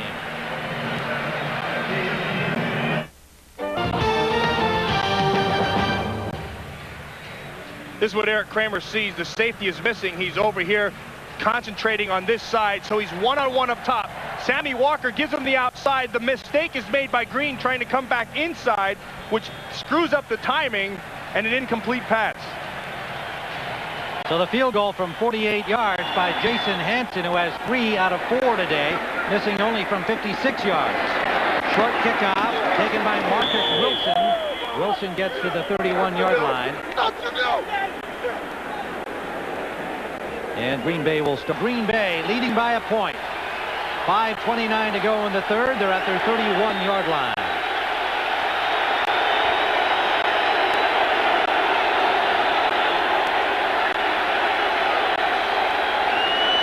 Lions jumping around on defense, and Favre fires it to Ed West, and it's incomplete. That's that quick release of Brett Favre. Ed West right in the middle of the defense, and Favre just, man, that is one fast release. And boom, the ball's right there. West couldn't hold on to it. Chris Spielman had the coverage. Watch how quick he gets rid of the ball once he decides to make his mind to throw. See, the ball's up high, good mechanic. See that? Boom, right there. No windup whatsoever. From shoulder, gone. 14 and 22 now. 2nd and 10, Green Bay. Favre changing it up. Out to Sharp. Sharp carries Spielman with him and Crockett and gets about 7. Now Ray Crockett will be following Sharp over much of the field, much of the time. That time he came over to the left side of the defense to be covering on Sterling Sharp. 4 catches for Sharp today, only 21 yards. So far, Lions have been doing a good job on him. On the other hand, he's made 2 third down catches. And here's the situation again with Mills and Sharp.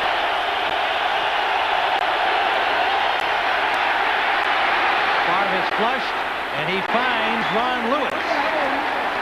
Lewis, number 85, the 3rd-year man from Florida State, was wide open. First down. Well, Ray Crockett is mad because the rookie Ryan McNeil gave up the coverage. Ray Crockett was all over Sterling Sharp, jams him to the outside, then runs with him, and now he's expecting the help from Ryan McNeil inside. McNeil bites underneath. See that right there? He bites up on top, 47, and that allows that seam to open for the first down. At the 45-yard line of the Lions. 4:04 remaining in the 3rd quarter. Darrell Thompson. 4-yard gain to the 41. We mentioned Jason Hansen hitting 3 out of 4 today, missing only from 56. With 1 more field goal, and there's a lot of time left in this game, of course, Hansen would tie the NFL single-season record of 35 field goals held by Ali Haji Sheikh in 1983, the New York Giants kicker at the time. Hansen and Jackie, 2 of the brilliant young kickers in this league. Hansen in just his 2nd year. He's already tied the club record for points in a season. Bill Walker set that way back in 1950 for 128. 2nd down and 6. Again flushed, and finds the tight end West in the middle for a first down. Inside the 30. Spielman on the tackle. And there's some maturity by Brett Favre. Now, he had the opportunity to take off and run and give himself a chance of getting the first down. But what he's learned is to take off and run and still look for your receiver downfield. And if you have the throw, you take it. What he does by rolling to his left is make the defense move with him, and Ed West sits down in the middle and gets the completion. Matt, we've received word that Emmitt Smith, the Dallas running back, has suffered a sprained shoulder, is out for the game in that Giants game at the Meadowlands. Reverse. Brooks. Not much. Well played by the Lions. Kevin Scott steered him out, and Kelvin Pritchett put the hit on him. And the play was made by Scott, but Pritchett made the tackle. If Pritchett doesn't show up, Brooks cuts back inside. Pritchett does a good job of pursuing from the inside out. I've always felt that the mark of a good defensive line was not the amount of sacks you get or the amount of tackles that they get, but how they pursue to the football. Kelvin Pritchett shows that when you hustle and pursue, you make the play. Pritchett has been hurt twice now in this game, and again, Dan Owens, playing with an injured knee, comes back in for him. Second down and 8. Little flare out for Edgar Bennett. He could not do any more than just hold on to the ball as he stumbled making the catch. No gain. Nice read by Brett Favre. They go with the blitz. Hank Bulla goes to the blitz from William White off the corner. He has the hot read to Edgar Bennett to the top. And as soon as he sees him in his face, he just flips it over for the completion, although it goes for naught and ends up giving him 3rd and 9. Big play here. From the 29-yard line, Jenkins, Clay, and McNeil into the secondary. Scroggins as a pass rusher for Detroit. Favre changing the play. Crowd noise a problem. He has to take the timeout. Now, we'll be back at the Silverdome with the score. The Packers by 1. Crowd noise here at the Silverdome forced Brett Favre to take a timeout. He was trying to make an audible, changing a play, got down to a second on the clock. Now, we were at practice in Green Bay Friday. They had amplifiers turned up with this racket you're hearing now to try and practice for this noise. Didn't work on that one. Intended for Sharp, broken up by Harry Cullen.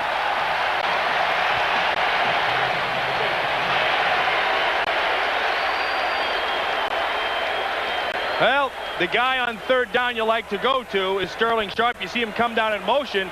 In order to get that ball off, you have to have time. He does not have the time and tries to force it at the end to Sterling Sharp. Sharp coming all the way across. In order to run this pattern, you need time. Cullen closes. The ball's thrown behind him, and that sets up this field goal attempt from 47 yards away. Chris Jackie, he's got the distance. He's got the points. He is and the hammering that thing. Widen the lead to 20-16.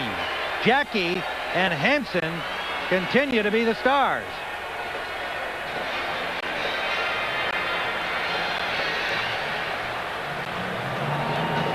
Well, Jackie's been kicking the heck out of the ball in the field goal department. And the thing that I don't understand is they turn around and they give that short kick and kicking it to Mel Gray. And Mel Gray's been kicking him. Jackie has hit from 54 yards and 47. Hansen has 3 field goals for Detroit. Mike Holmgren talking things over with Brett Favre, and Favre no doubt explaining that last pass attempt to Sharp. Jason Hansen, 3 out of 4 today, as you said, and has tied the club record in points, 128th of the season. 40 yards in 9 plays, leading to Jackie's 47-yard field goal. This game is presented by authority of the National Football League, and this CBS telecast intended for the private use of our audience. Any rebroadcast or other use of the telecast without the express written consent of CBS, the Detroit Lions, and the National Football League is prohibited. Jackie's high kickoff again, right to Mel Gray. I don't get this. I don't either. Mel Gray, superlative run back again to the 43-yard line.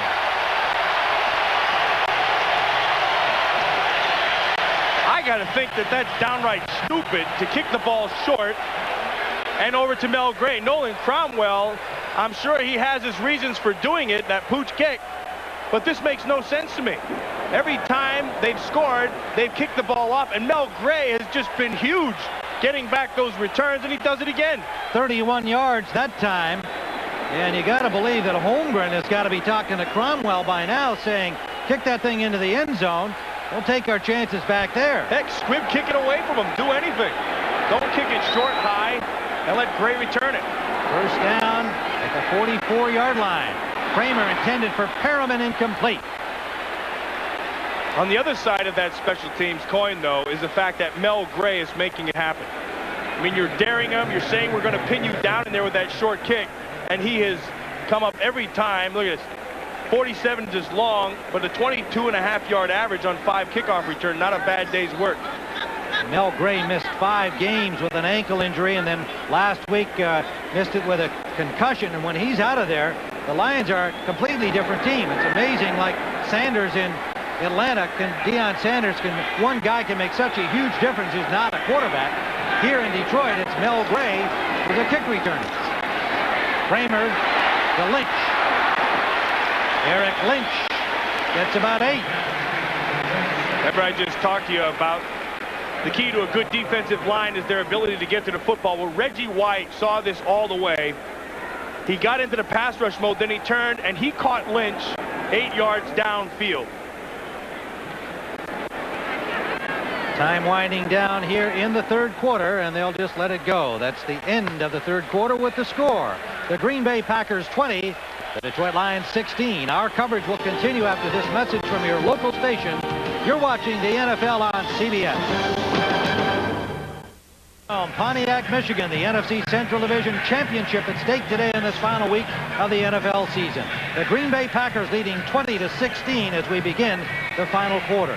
Tim Ryan and Matt Millen, and of course the loser here today will still be very much in the thick of it in the playoffs. Indeed, these teams play each other next week.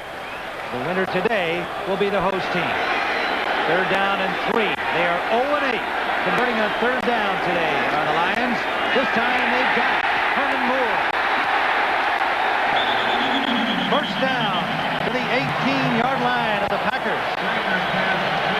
The Packers went with a blitz inside. Corey Harris fell down. Herman Moore is all alone to get their first third down conversion. You'll watch the blitz come up the middle.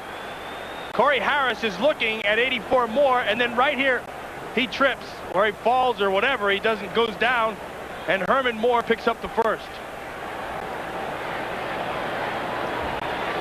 That's George Teague, the rookie safety. Looks like his lower back might have got kicked or kneed in there. Mike Pryor comes in to replace him. Keough Coleman comes in at linebacker. Bryce Popp has not returned to the game since back late in the first quarter when he injured a calf. George Kuntz also out of there. On first down, Coleman makes the stop on Lynch after a gain of 3, close to 4. The right side of the Detroit offensive line, Bill Fralick and Dave Lutz have really played themselves a good football game. And they're coming off the ball, they're getting under pads, they're getting good push. And the defensive line of the Packers has really been a non-factor. You can see Brown, Richards, Glover, Fralick, and Lutz.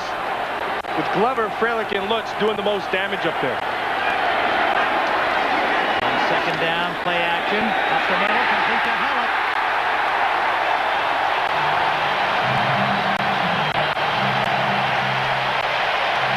Ty Halleck, named for Ty Cobb. The Michigan State rookie gives them a first and goal at the 6-yard line. Well, they'll fake to Lynch inside. That'll hold Coleman, the backer, and that allows Halleck to find the seam in that zone, sit down, and make the catch.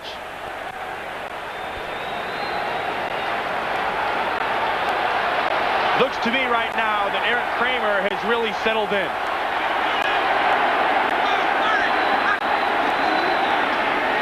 Eric his way to the 2-yard line. They had him at the line of scrimmage. Brock with the first try. They could not hold him. Well, we talked about once he makes up his mind and the decision to go, he's full bore. He lowers his shoulders. He's a strong guy. Remember we said that he could define what kind of a player he was today. What he is decisive and powerful, and he gets there with his shoulders lowered. Chris Spielman, the linebacker, now checks in at fullback. Chances are Lynch will try to follow him right into the end zone. 77 yards rushing for Lynch. He's got it. Stopped short of the goal line.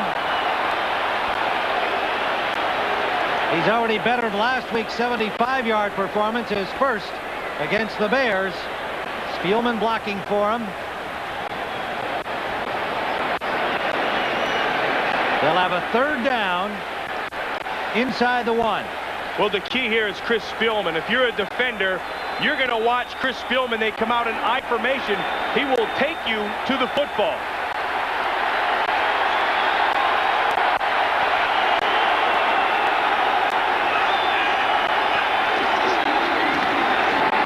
Oh, Lynch is met by Bennett, but he goes in for the score.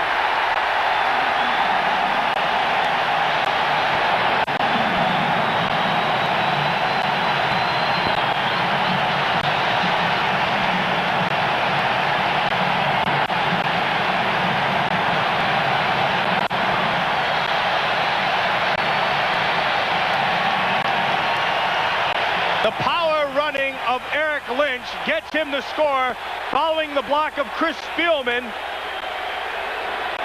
And Ty Halleck with a good block on Bennett. Lynch just powers his way into the end zone.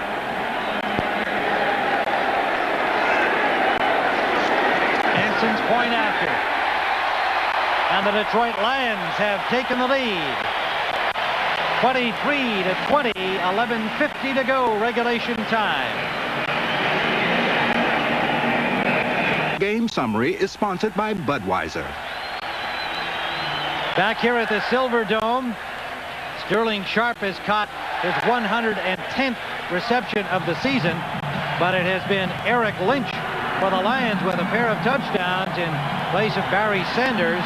He has 79 yards and 2 touchdowns, 20 carries today. He had 85 against the Bears last week. I credited him with only 75 a few minutes ago. And that kickoff bounces right through Corey Harris back to the end line, so Green Bay will start from the 20-yard line. You watch the offensive line take off into the defensive line, but this is a pretty good job by the defensive front of the Packers. They stay low. This is all Eric Lynch. He sees where he's got to go, and then he just powers. Look at the spin move back inside. The mistake there by Johnny Holland and the backers was they were too shallow. They get a little bit deeper. They get a better angle to the football. They were shallow, couldn't quite get there. Tony Bennett actually had a pretty good lick on him, but that spin move by Lynch just went right by him. First down at the 20, Green Bay. Screen for Darrell Thompson. And Thompson, first down out to the 35-yard line. Ran into his blocker, the center Winters, who ran a long way downfield. And Crockett is down and injured. We've had a very hard-hitting football game that has taken its toll on both teams. Ray Crockett tried to turn it back inside. Harry Galbraith, the guard, comes out and tries to get his hands on him, pushes Crockett. Crockett tried to come back, and then Thompson went right up inside with that screen with a pickup of 15 yards. You can see right there Harry Galbraith, and then he just runs through that arm tackle. Darrell Thompson is a powerful runner. He's high. I'd like to see him run lower, but he's a strong man. Well, Eric Dickerson ran high for a lot of yardage in his career. Number 2 all time. Yeah, not a bad high runner, huh? See, they'll go with the screen to the left side of your screen. Now, Harry Galbraith, you see Winters 52. Galbraith right there, gets his hand, pushes him. Crockett turns it back inside, which is what you've got to do for team defense. Turn it back to your inside friends. And then Frank Winters was the good hit downfield. We talked about some of the injuries. Bryce Popp has not returned from the Green Bay bench, out with a calf injury. George Kuntz went out earlier with what appeared to be a shoulder injury. He's not returned. And now Crockett going down for the Lions, and Calvin Pritchett has missed a few plays with an injury in this game. There's Pop number 95. We haven't seen him back in action yet. Well, he is in action right there. You can see he was talking to Keogh Coleman, telling him the adjustments to do, where he has to go. When they do this, you do this. So much of football is making sure you have your assignment done before it ever happens, so you don't have to think. You just go out and react. I like Pop's line last week. They played him an inside linebacker, even lined him up on the line in a three-point stance a few times. Pop said afterwards, it's a nice place to visit, but I wouldn't want to live there. First down, Green Bay from their own 35. Sharp. Kevin Scott drives him out. And that is now 500 in his brilliant career for Sterling Sharp. And Sharp in just his 6th season out of South Carolina. And the Sharpometer. Green Bay Packer fans keeping score here today. We showed that before, and again, I think the most impressive is right here. He's never missed a start. And given the way the condition of his foot is right now, that is very impressive. Hasn't practiced in 7 weeks. Second down and 6. Farr moves up in the pocket, now to the sideline. Tipped, intended for Brooks, and Melvin Jenkins has really contributed here today since returning this week from Atlanta. Heck, Atlanta had him and they cut him. The Detroit Lions never wanted to let him go. He left as a free agent, got himself some cash, and I talked to him, and I said, what the heck did Atlanta let you go for? He said, I have no idea. I can't figure it out, but I'm glad I'm here, and I'm going to the playoffs, and I'm going to do my best to make this team win. And he's done that today. He was Special Teams Player of the Year last year for the Lions, and a big contributor in the nickel defense. Third down and 6. That is intercepted. Pat Swillings, 3rd pick of the year.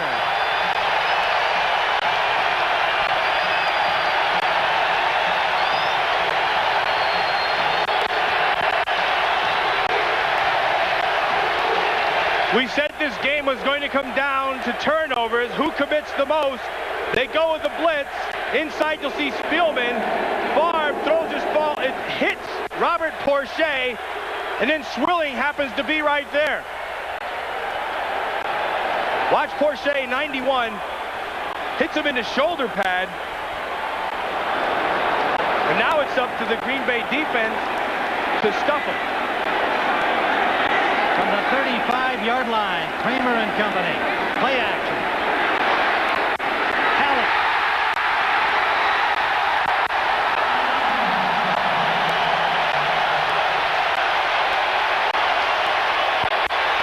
Nice patience by Eric Kramer. He knows the pressure's coming. Reggie White to the top, beats Bill Fralick.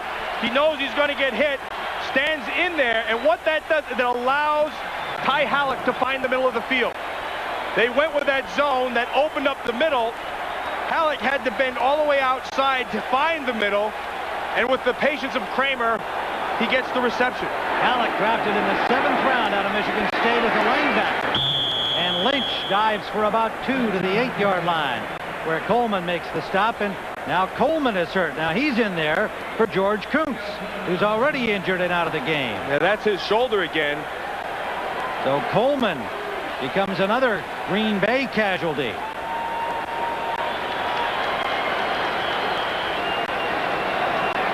.9:38 to go, regulation time. 23-20 Detroit. The National Football League is sponsored by Hyundai, cars that make sense. Dean Witter measures success one investor at a time. Duracell batteries, no other battery lasts longer. And by Little Caesars Pizza, where you always get 2 great pizzas for 1 low price. 23-20, Detroit leads, and they have the ball second and goal at the 8-yard line. Kramer now 13 of 27, and inside the 20 in 3 possessions. They have scored twice and kicked a field goal.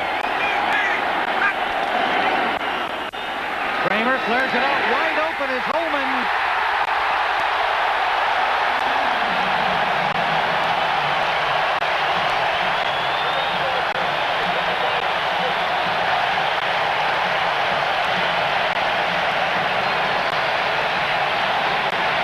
The Detroit Lions took advantage of two rookies, Wayne Simmons and George Teague. One picked the other, and that allowed the receiver to get wide open. You see Moore come across, Perriman up at the top. See this right here? There's the pick. The two rookies trying to get there. Instead of trying to switch in the man, Simmons tries to crawl to Holman, and can't get there. Perriman did a good job with the pick there that created that traffic jam. Good play by the Lions. Hansen with a point after. 29, make it 30-20. Detroit on top.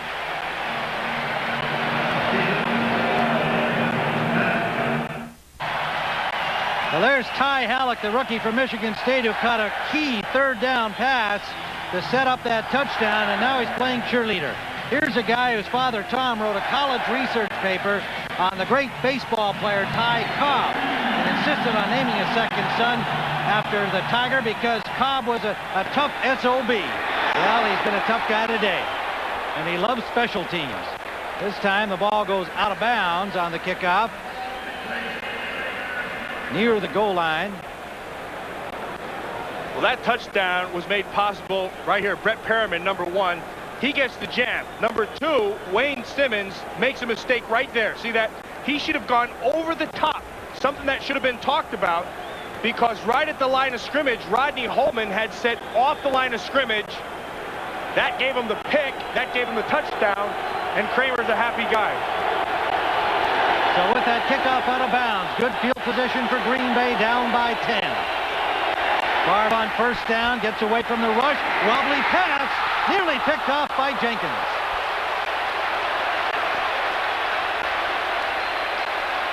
Melvin Jenkins, we keep mentioning his name. He's been everywhere, and he's just been back for a few days of practice from Atlanta. Well, it goes to show you that Detroit hasn't changed their defensive scheme too much. Right.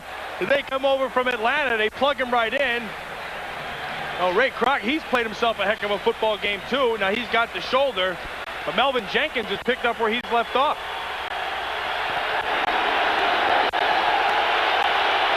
Jenkins playing the left corner for Crockett.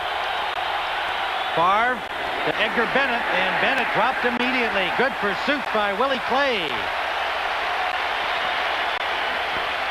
Gain of only 3, maybe 4 at the most. And it's still 13-10 in that Dallas Giants game. Buffalo beating up on Indianapolis. The Colts have gone south for the winter. New England beating Miami. I spoke with Leonard Russell earlier in the week, and he told me they were treating this like their playoff game to give him the impetus to go on next year. I think Parcells has done himself a good job. Cardinals finishing the season strongly. Sharp, Brooks, and Lewis, 3 wide receivers, a flag down.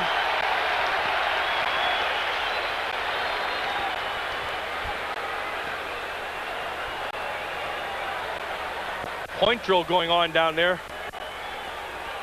Sterling talking to Hank Bulla on the sideline. And it's against Green Bay. Injury report on Crockett, a bruised shoulder. You saw him all wrapped up. On the right guard of Green Bay, the defense has been warned. Harry Galbraith charged with the infraction. Hank Bulla, the defensive coordinator. There's a lot of gutsy calls here today, going with blitzes, matching people up man, doubling with rookies. Ryan McNeil. 3rd and 12. 8:11 to play. Regulation time.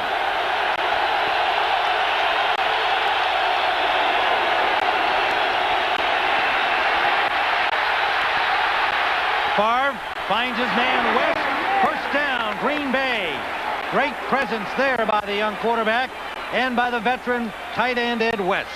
Well, Mike Holmgren says, you know, as much as I'd like to choke Brett Favre sometimes for his bad decisions, because of his ability to take off and run and that strong arm, and he sees everything, he'll make a big play. And so I go from wanting to choke him to wanting to pat him on the back and hug him. He feels the pressure, but he has the presence to find Ed West right here in the middle of the field. First down, flag down, that's out of bounds. Intended in the area of Sterling Sharp. There are flags in 3 different locations. And the first signal is at the line of scrimmage against Green Bay. And there will be an official caucus down here to discuss all of the flags. And there are 2 signals, one against the Lions. Interference appeared to be the call. Let's wait. Illegal use of hands. Number 68 on the offense, hands to the face. 12 men on the field. On defense, the penalty's offset. Whoops. All right, a miscue and substitution costly to the Lions. They had the first penalty against Joe Sims for illegal use of hands. Wound up with too many men on the field. Heck, Hank wanted another defense. He just sent somebody on, see if nobody was going to be able to find out who they were. Play a little Canadian football on that down. So it is first down again at midfield. Brooks goes wide to the left. The tight end West is split to the right. Thompson. Thompson gets about 2, forced out by Jamison, the linebacker, and Porcher made the initial play to push him wide. Yeah, Robert Porcher made the play. He got his hands out on Joe Sims, the offensive tackle, and then he just ran the line of scrimmage. Now, once the running back declared, he threw him, got to his outside, and forced Thompson wider out of bounds.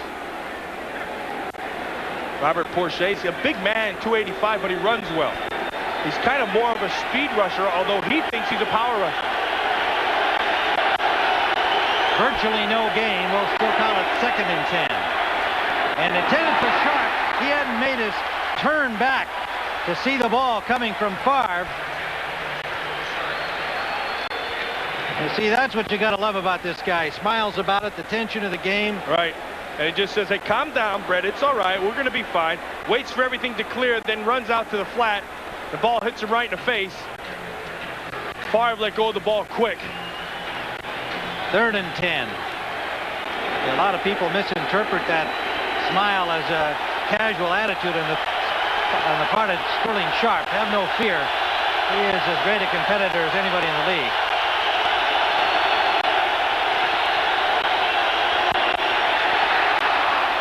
Favre eluding the first rush, and now it's sacked. Scruggins. Second Lions sack of the day. 4th down, Green Bay. Favre's only choice to throw that football was deep downfield, and they had a lot of time to cover. You're going to see the pressure inside. Good cut block. He rolls out. Then Scroggins right here beats him to the top. And I'll look up here. Everything is downfield. Nothing intermediate. He has to hold the ball. Scroggins has presence to come back and get the sack. Brian Wagner's punt from the 34. Mel Gray, fair catch signal at the 15. It'll bounce down near the goal line, and is it kept in or not? Yeah, Doug Evans does a good job. Does he ever? Doug Evans shoveled it back, and it's down at the 5. A 51-yard punt by Wagner. Whoa, 13 all. 10 seconds ago in the 4th.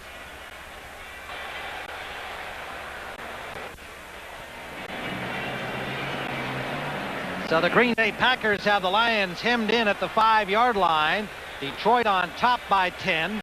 6 minutes, 10 seconds remaining to play in regulation time.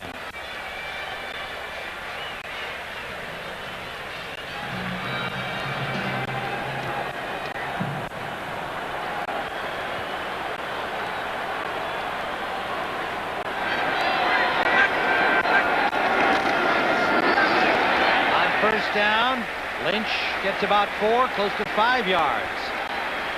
The first-year man from Grand Valley State. He joined us along the way, and you're saying, who's Eric Lynch? Well, we've been talking about him throughout the game. 85 yards rushing last week, 7 catches for 46 yards against the Bears in his first starting effort. Had only had 1 carry before that, playing in relief of the injured Barry Sanders and the injured Derek Moore. Today, 86 yards rushing and 29 on receptions. 2nd and 5.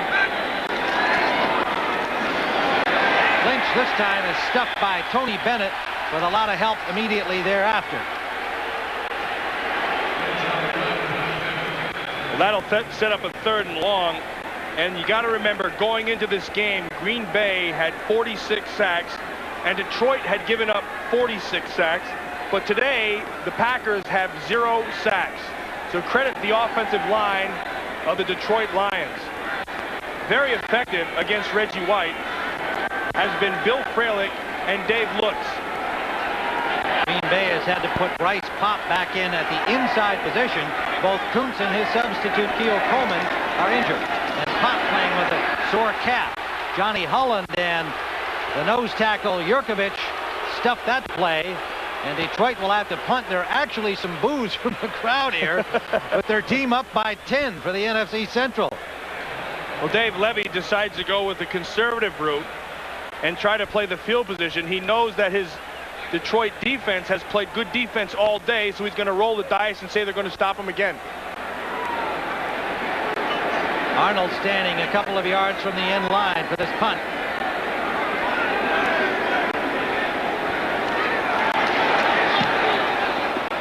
And he gets a dandy off. Pryor back at the 35. And Pryor got to the 44-yard line. Green Bay will have first down there, a 57-yard punt by Jim Arnold. For an NFL update on that Dallas Giants game, let's go to Greg in New York. All right, Tim. Well, the Green Bay Packers need 2 scores here, obviously, a touchdown and at least a field goal.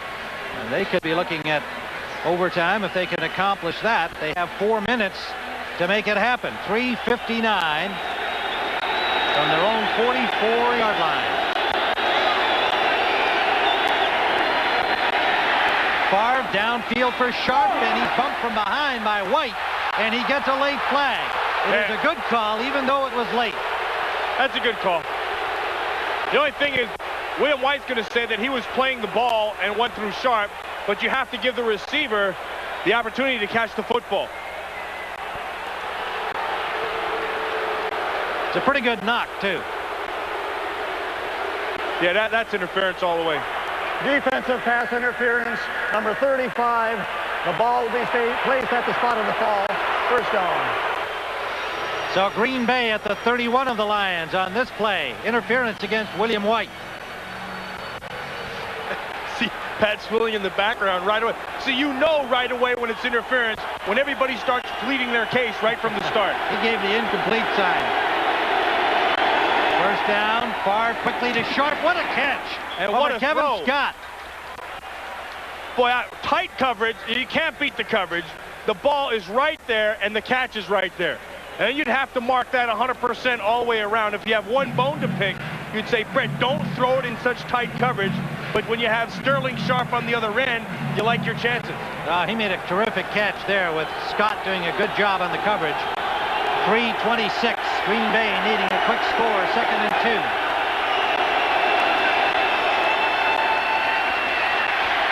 Favre gets it off. That's going to be intercepted.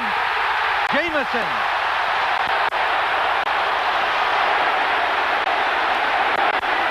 The 4th interception of the day for Brett Favre was a very, very dumb throw.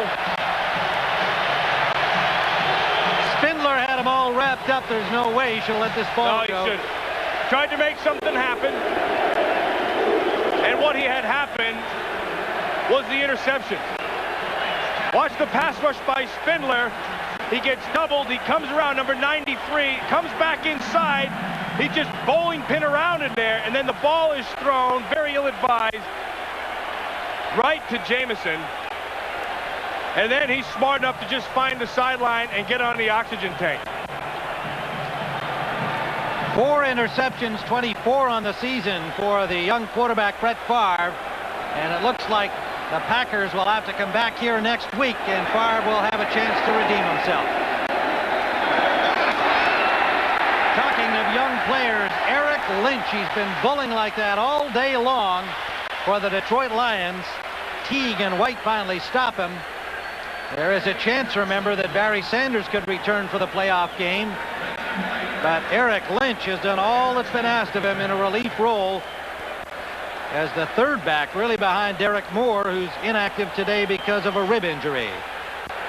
Well, next Sunday, CBS will have the NFC wild card game. Of course, we don't know yet which teams are involved in that game or the time, whether it'll be the early or the late game. So check your local listings for the time in your area, but it will be the NFC wild card game. And Eric Lynch has absolutely been a force here today for the Lions, getting his opportunity and taking advantage of it. George Jamison, who Wayne Fonts reminds everybody is a somewhat overlooked linebacker on this team, has had a very exceptional year, very steady, perhaps his best season. 69 tackles coming in, and he comes up with that, what should be the game-winning, game-finishing interception. 2:57 to go. Lynch stumbled and is then buried by Johnny Holland right at the line of scrimmage. It'll leave third down, a long two. Two things have really stood out so far in this game. Number one, the offensive line of the Detroit Lions, they've won the battle up front. And it's because of their blocking. They've given Kramer time, and they've created the holes for Eric Lynch to find his yards. And then the other thing is the kickoff of the Green Bay Packers. It's just, I think, did a very, very poor job. I mean, they pooched it, and Mel Gray had a huge day, which gave them great field position throughout the game, a short field to go, and I think that was the difference. 5 kickoff returns for 120 yards by Mel Gray, the great veteran, and they were killers indeed. And of course, don't forget Jason Hansen. 3 field goals. He only missed from 56 yards on his first attempt, and those 9 points, of course, accounting for 9 of the 10-point differential right now. There'll be a 3rd and 2 left for the Lions, who have possession at their own 30-yard line. Rodney Peete on the sidelines, losing his starting job to Eric Kramer when Dave Levy took over as the offensive coordinator, in a controversial move by that man who just passed your screen, Wayne Fonts, the head coach. But Fonts reminds everybody, hey, here we are playing for the championship. We're in the playoffs again. I think we're doing okay. Lynch to the 45-yard line on a first down, Detroit.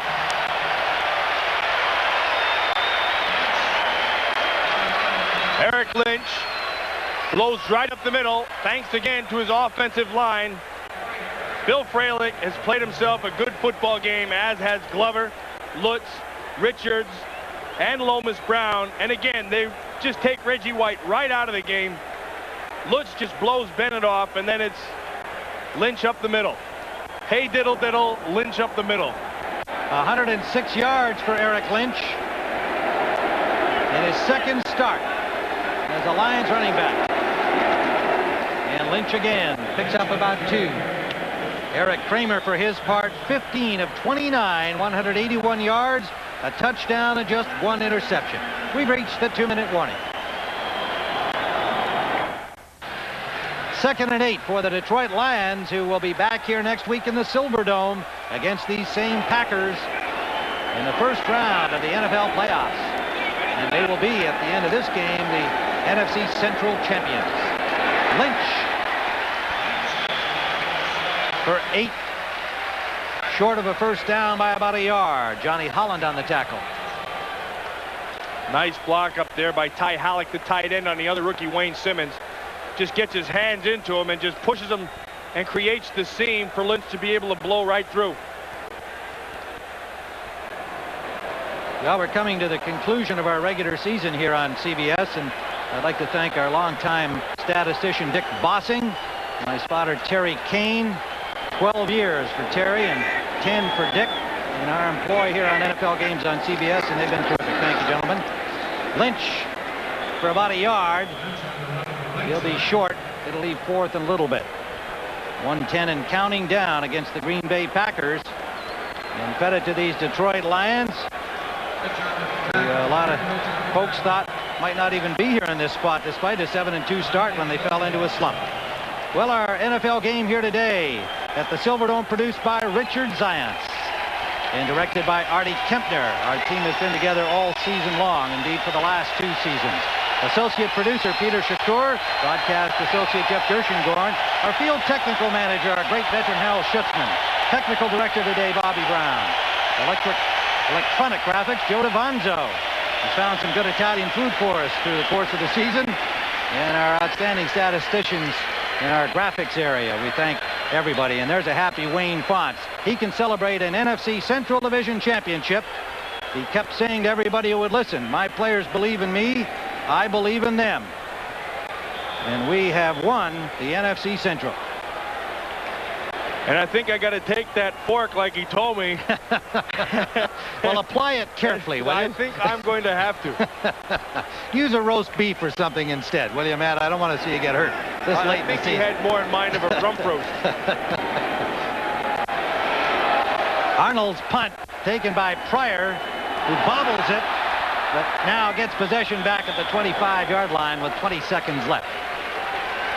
Willie Clay on the tackle. And they've just doused Wayne with some cold water down there, and he doesn't mind a bit. At least it's indoors on this chilly January day.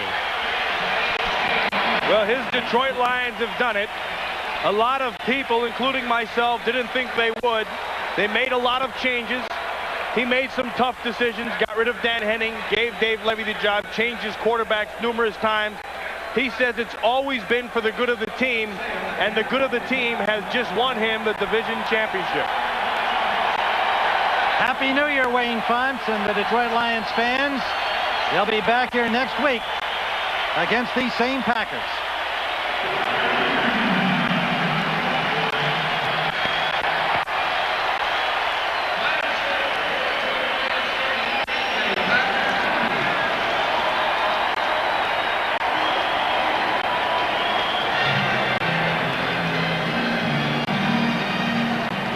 So the final score from the Silverdome, the Detroit Lions 30, the Green Bay Packers 20, and the Lions are the NFC Central champs. Stay tuned for the NFL Today post-game show, as Greg and Terry will get you up to date on all the scores and highlights from today's NFL action, and of course that Giants-Cowboys game. CBS Sports coverage of the National Football League will continue after these words from your local station. Excuse me, can you stop and show me what kind of batteries you have in there?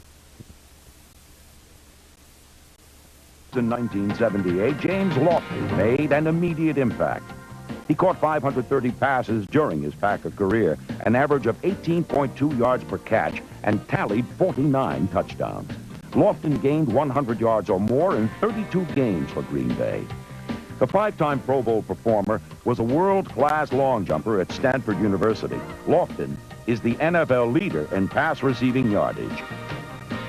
In 1992, Sterling Sharp caught 108 passes, an NFL record. With his rare combination of strength, speed, and balance, Sharp is destined for the Hall of Fame. He set the league record for most pass receptions in his first 5 seasons. Sharp is the only Packer to have 50 or more receptions in 5 consecutive years. At the beginning of 1993, Sharp had 37 touchdowns and an average of more than 14 yards per catch.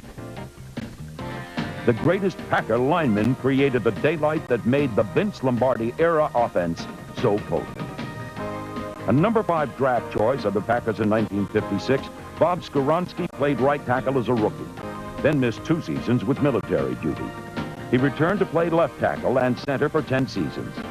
For many years, Skoronski was captain of the Packer offense. He played in 6 NFL championships and the first 2 Super Bowls.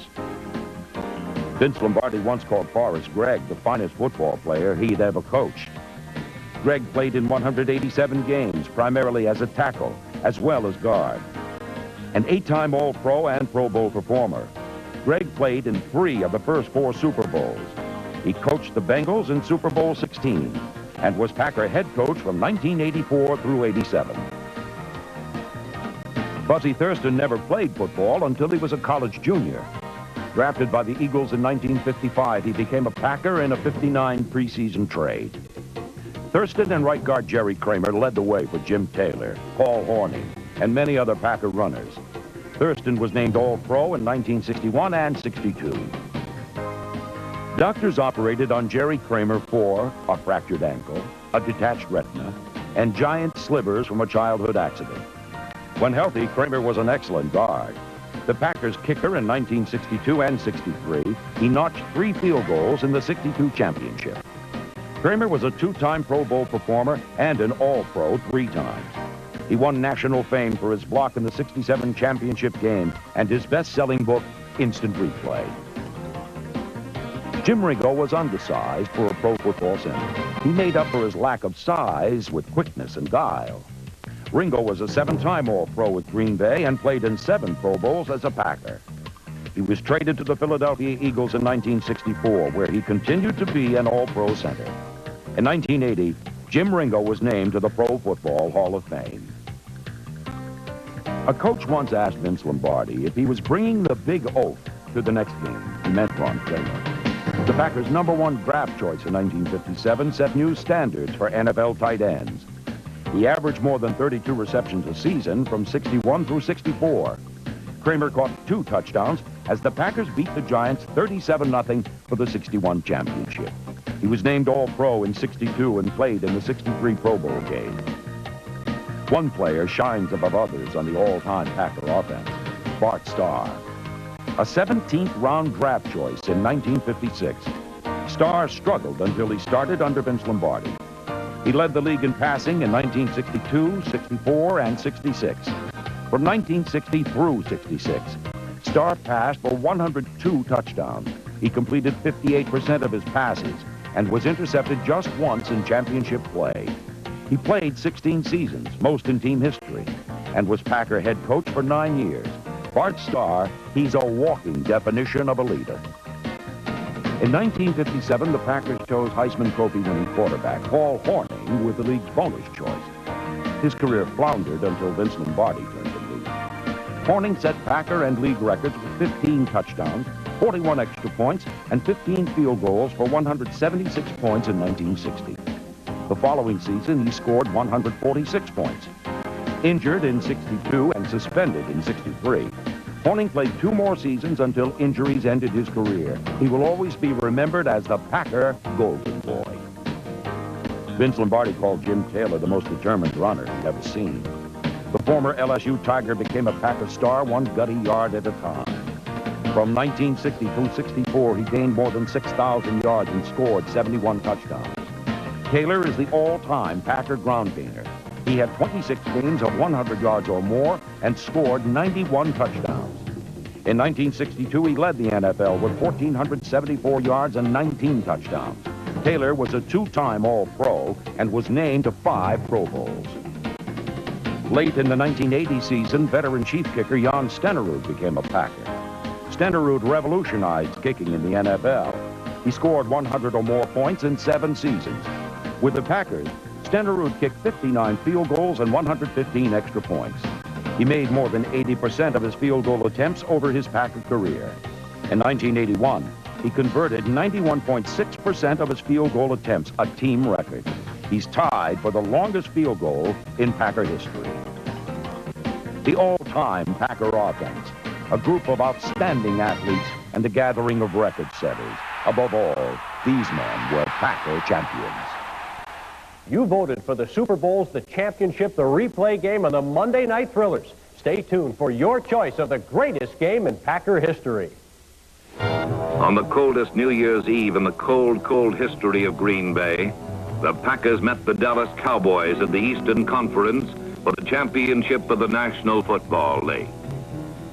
Where were you on December 31st, 1967? I woke up, and at that time I had a Corvette, and it took almost a half hour before I could shift gears in because the gear case completely frozen. Well, I remember going out on the field during the pregame, and the field was in pretty doggone good shape. And then we came out for the game, and it wasn't in good shape.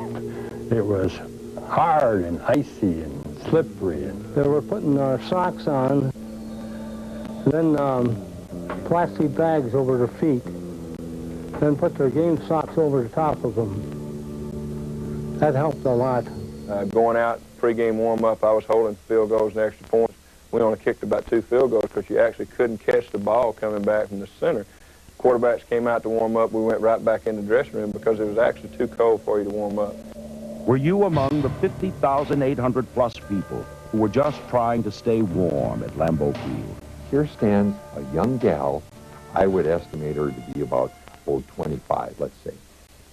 She's got open-toed shoes, nylons, a cocktail dress, and a little fur cape pulled around her, and she was absolutely blue. The Packers needed to beat Dallas for the second year in a row to win their third consecutive NFL title, something no team had done since championship play began in 1932.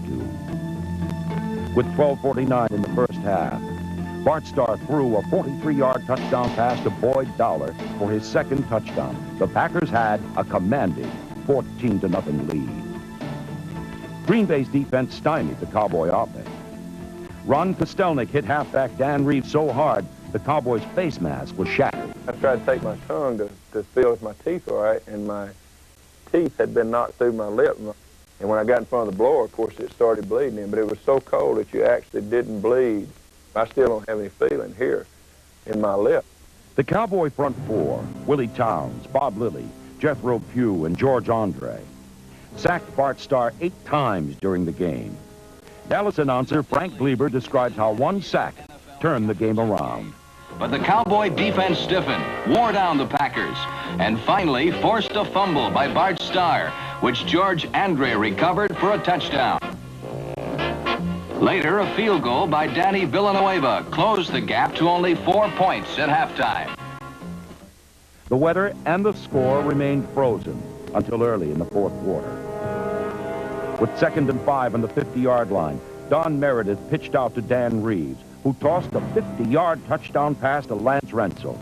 The Cowboys led 17-14. Just hoping I wasn't going to overthrow or underthrow Lance, and because the wind was blowing pretty good. But when he caught it and we scored, I thought, boy, this is it. We finally won a world championship. Later, the Cowboy offense chewed 4 minutes 40 seconds off the clock. The Packers took over on their own 32-yard line with just 5 minutes 4 seconds remaining. When I stepped in the huddle of that final drive and looked into the eyes of my teammates, I knew then I didn't have to say one word to them, and I didn't. I just called the first play and we began.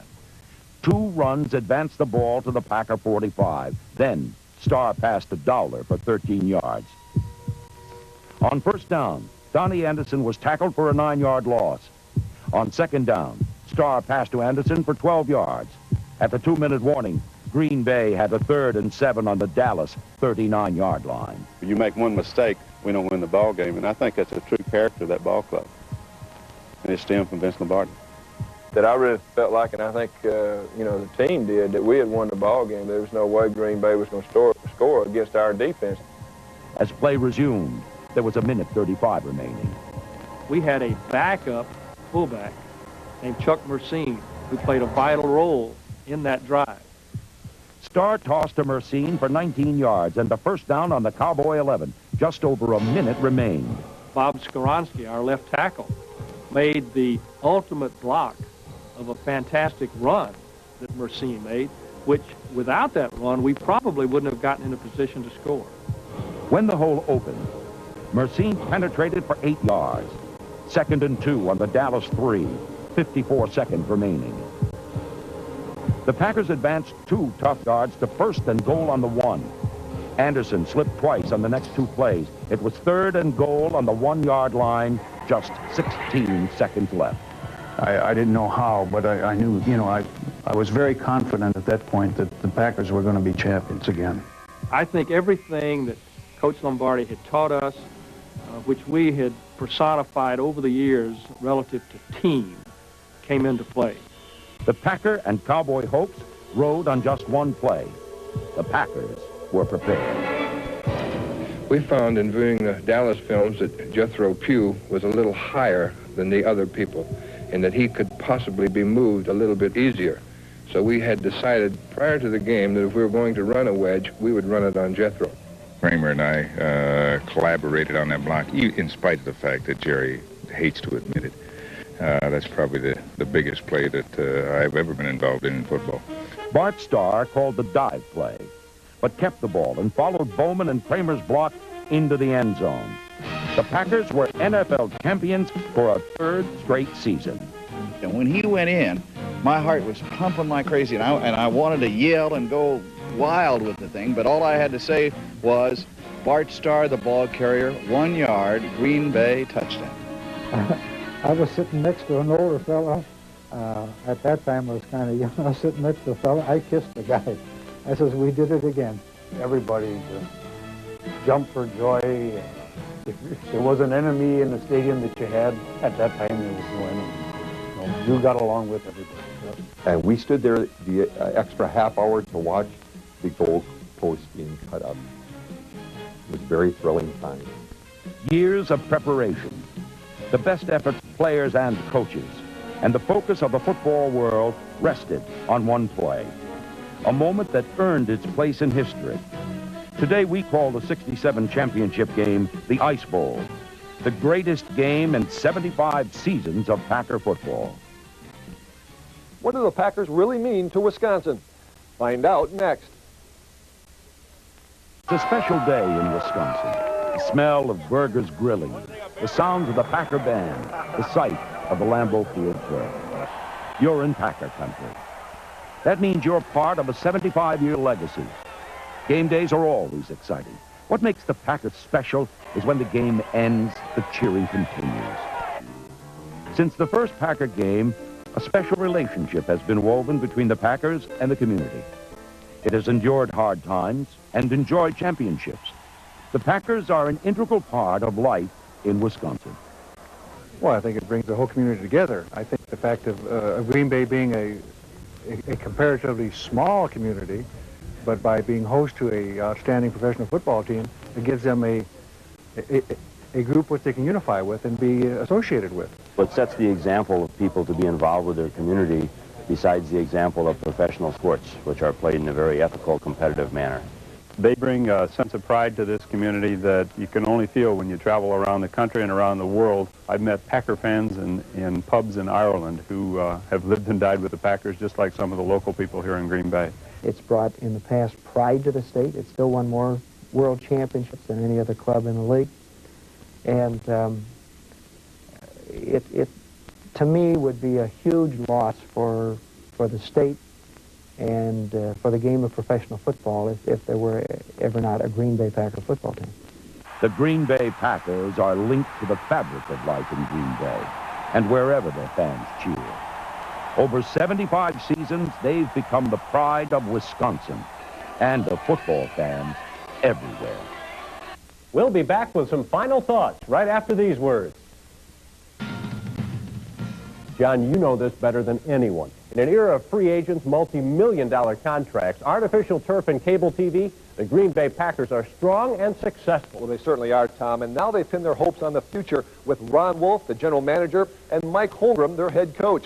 You know, with free agency now in the NFL, there may never be a dynasty like the Packers had in the early 30s or the late 60s. We look forward to the Packers of today and tomorrow. We're excited about great games and championship seasons to come. Professional football is destined for change, but one thing is certain, the Green Bay Packers will always be a part of the NFL. This is John Anderson. And I'm Tom Pippin. Thanks for watching, Packer fans.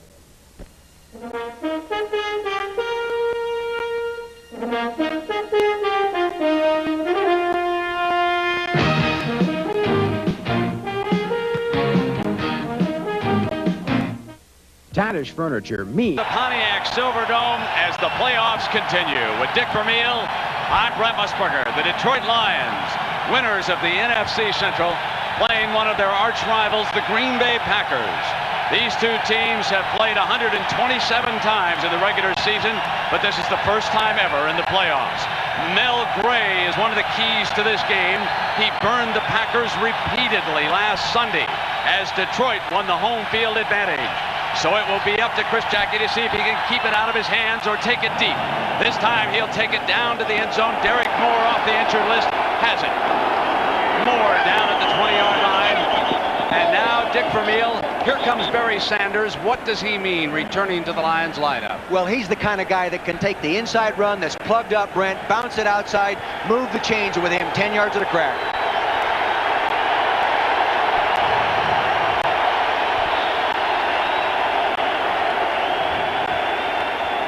Kramer, who took over a month ago and guided the Lions to a division title.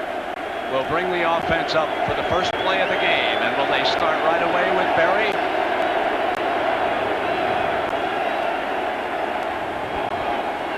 Ty Halleck in motion. Play fake, Sanders out as a receiver. Deep they go to Perelman. First down, Detroit. Starting out real aggressive. Good play action fake. Kramer, since he took over, has been very efficient, avoiding the interception. Barry Sanders returns. They'll use 4 wides. Green, Brett Perelman, who just caught the pass, Herman Moore, and Aubrey Matthews. The offensive line features a lot of free agents. Lomas Brown, he's been a standout. Richards, Glover, Freilich, Lutz, and Rodney Holman, the other tight end, along with Halleck. 1st and 10. Now Sanders on that quick cut into the middle for nearly 4 yards, and Reggie White, number 92. Speaking of Reggie, he leads the defense, and it has been reworked. We expect to see Don Davey down as a defensive end because the Packers may have to go to this 4-3 alignment because of injuries to the linebackers. It means that Johnny Holland could be operating as a middle linebacker along with the rookie Simmons and Tony Bennett at the other outside. The DBs outstanding, Buckley and Mitchell. Leroy Butler becoming a star back there at strong safety. Sanders gets 5, make it 2nd and 5. And again Sanders, but no daylight this time as John Jerkovich brings him down. John Jerkovich played an outstanding game last week. He is a tough, intense competitor. Every time you talk to somebody about Jerkovich, number 64, middle of your screen, is that he's a non-quit guy. He can read blocks, he can get off them, and he plays hard on every single snap.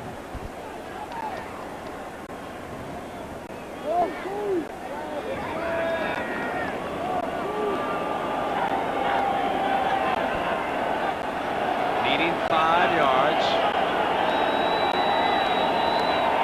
Perelman comes over to the right side of the formation. Kramer, incomplete. Sanders, the intended receiver. Not a good decision to lay it off over there. The coverage was tight. If he turns his head, he can pick it off. But as you said, Brett, Eric has avoided the mistakes coming into this ball game. He's been very efficient, only throwing 3 interceptions. And boy, when you only turn it over 3 times with your quarterback, that's a plus. We got a shot of Robert Brooks. He returns as the main return man for the Packers today, and Jim Arnold punting to him. Wonderful duels set up here today in both the punting and the kickoff. Teams on both these units. It's a high punt. Brooks at about the 11. Brooks free to the 31-yard line. A nice return. Melvin Jenkins, the cornerback, brings him down. A 49-yard punt, but a 20-yard return. We'll be right back. 59, linebacker Tracy Scroggins. He was shaken up on that special team, and he'll sit down on the Lions bench. He is a designated pass rusher and a very good one. Had 8.5 sacks, and he has an awfully good burst coming off the ball. Don't miss him if he can't play. So the Green Bay Packers are making their first playoff appearance since 1982, and this is their first offensive play of the afternoon.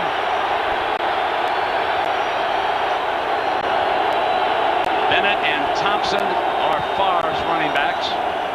Offset, they run in that direction with Thompson, and the Lions eat him up at the line of scrimmage. Brett Favre, especially Packer fans, know the story about this young man. Extremely aggressive, but too many turnovers. 24 interceptions, 4 last Sunday.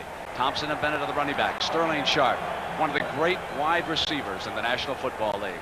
Led the league in receptions. Mark Clayton and Ed Weston. Here's the line. The veteran is Ken Rutgers, 75. Darrell Thompson set deep in that eye. Look that he favors running out of. And they go to him. A couple of yards and no more with Robert Porcher bringing him down. Here is the defensive alignment for the Lions. Mark Spindler, because of an injury, moved to the nose, did a very good job. At linebacker, we're going to bring you one of the intense competitors, number 54. Probably should have made the Pro Bowl team, but you can't take everybody, but he's a great one. Chris Spielman. Jenkins moves in. What a great pickup that is for the injured Ray Crockett, number 24. Now it's 3rd and 9 for Favre and the Packers.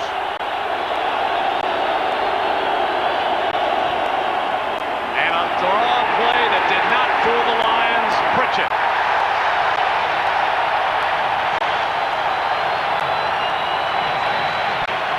They tried the wrap-around draw. An old Cincinnati Bengal, Paul Brown, Cleveland Brown design play. More recently, Bill Walsh, of course.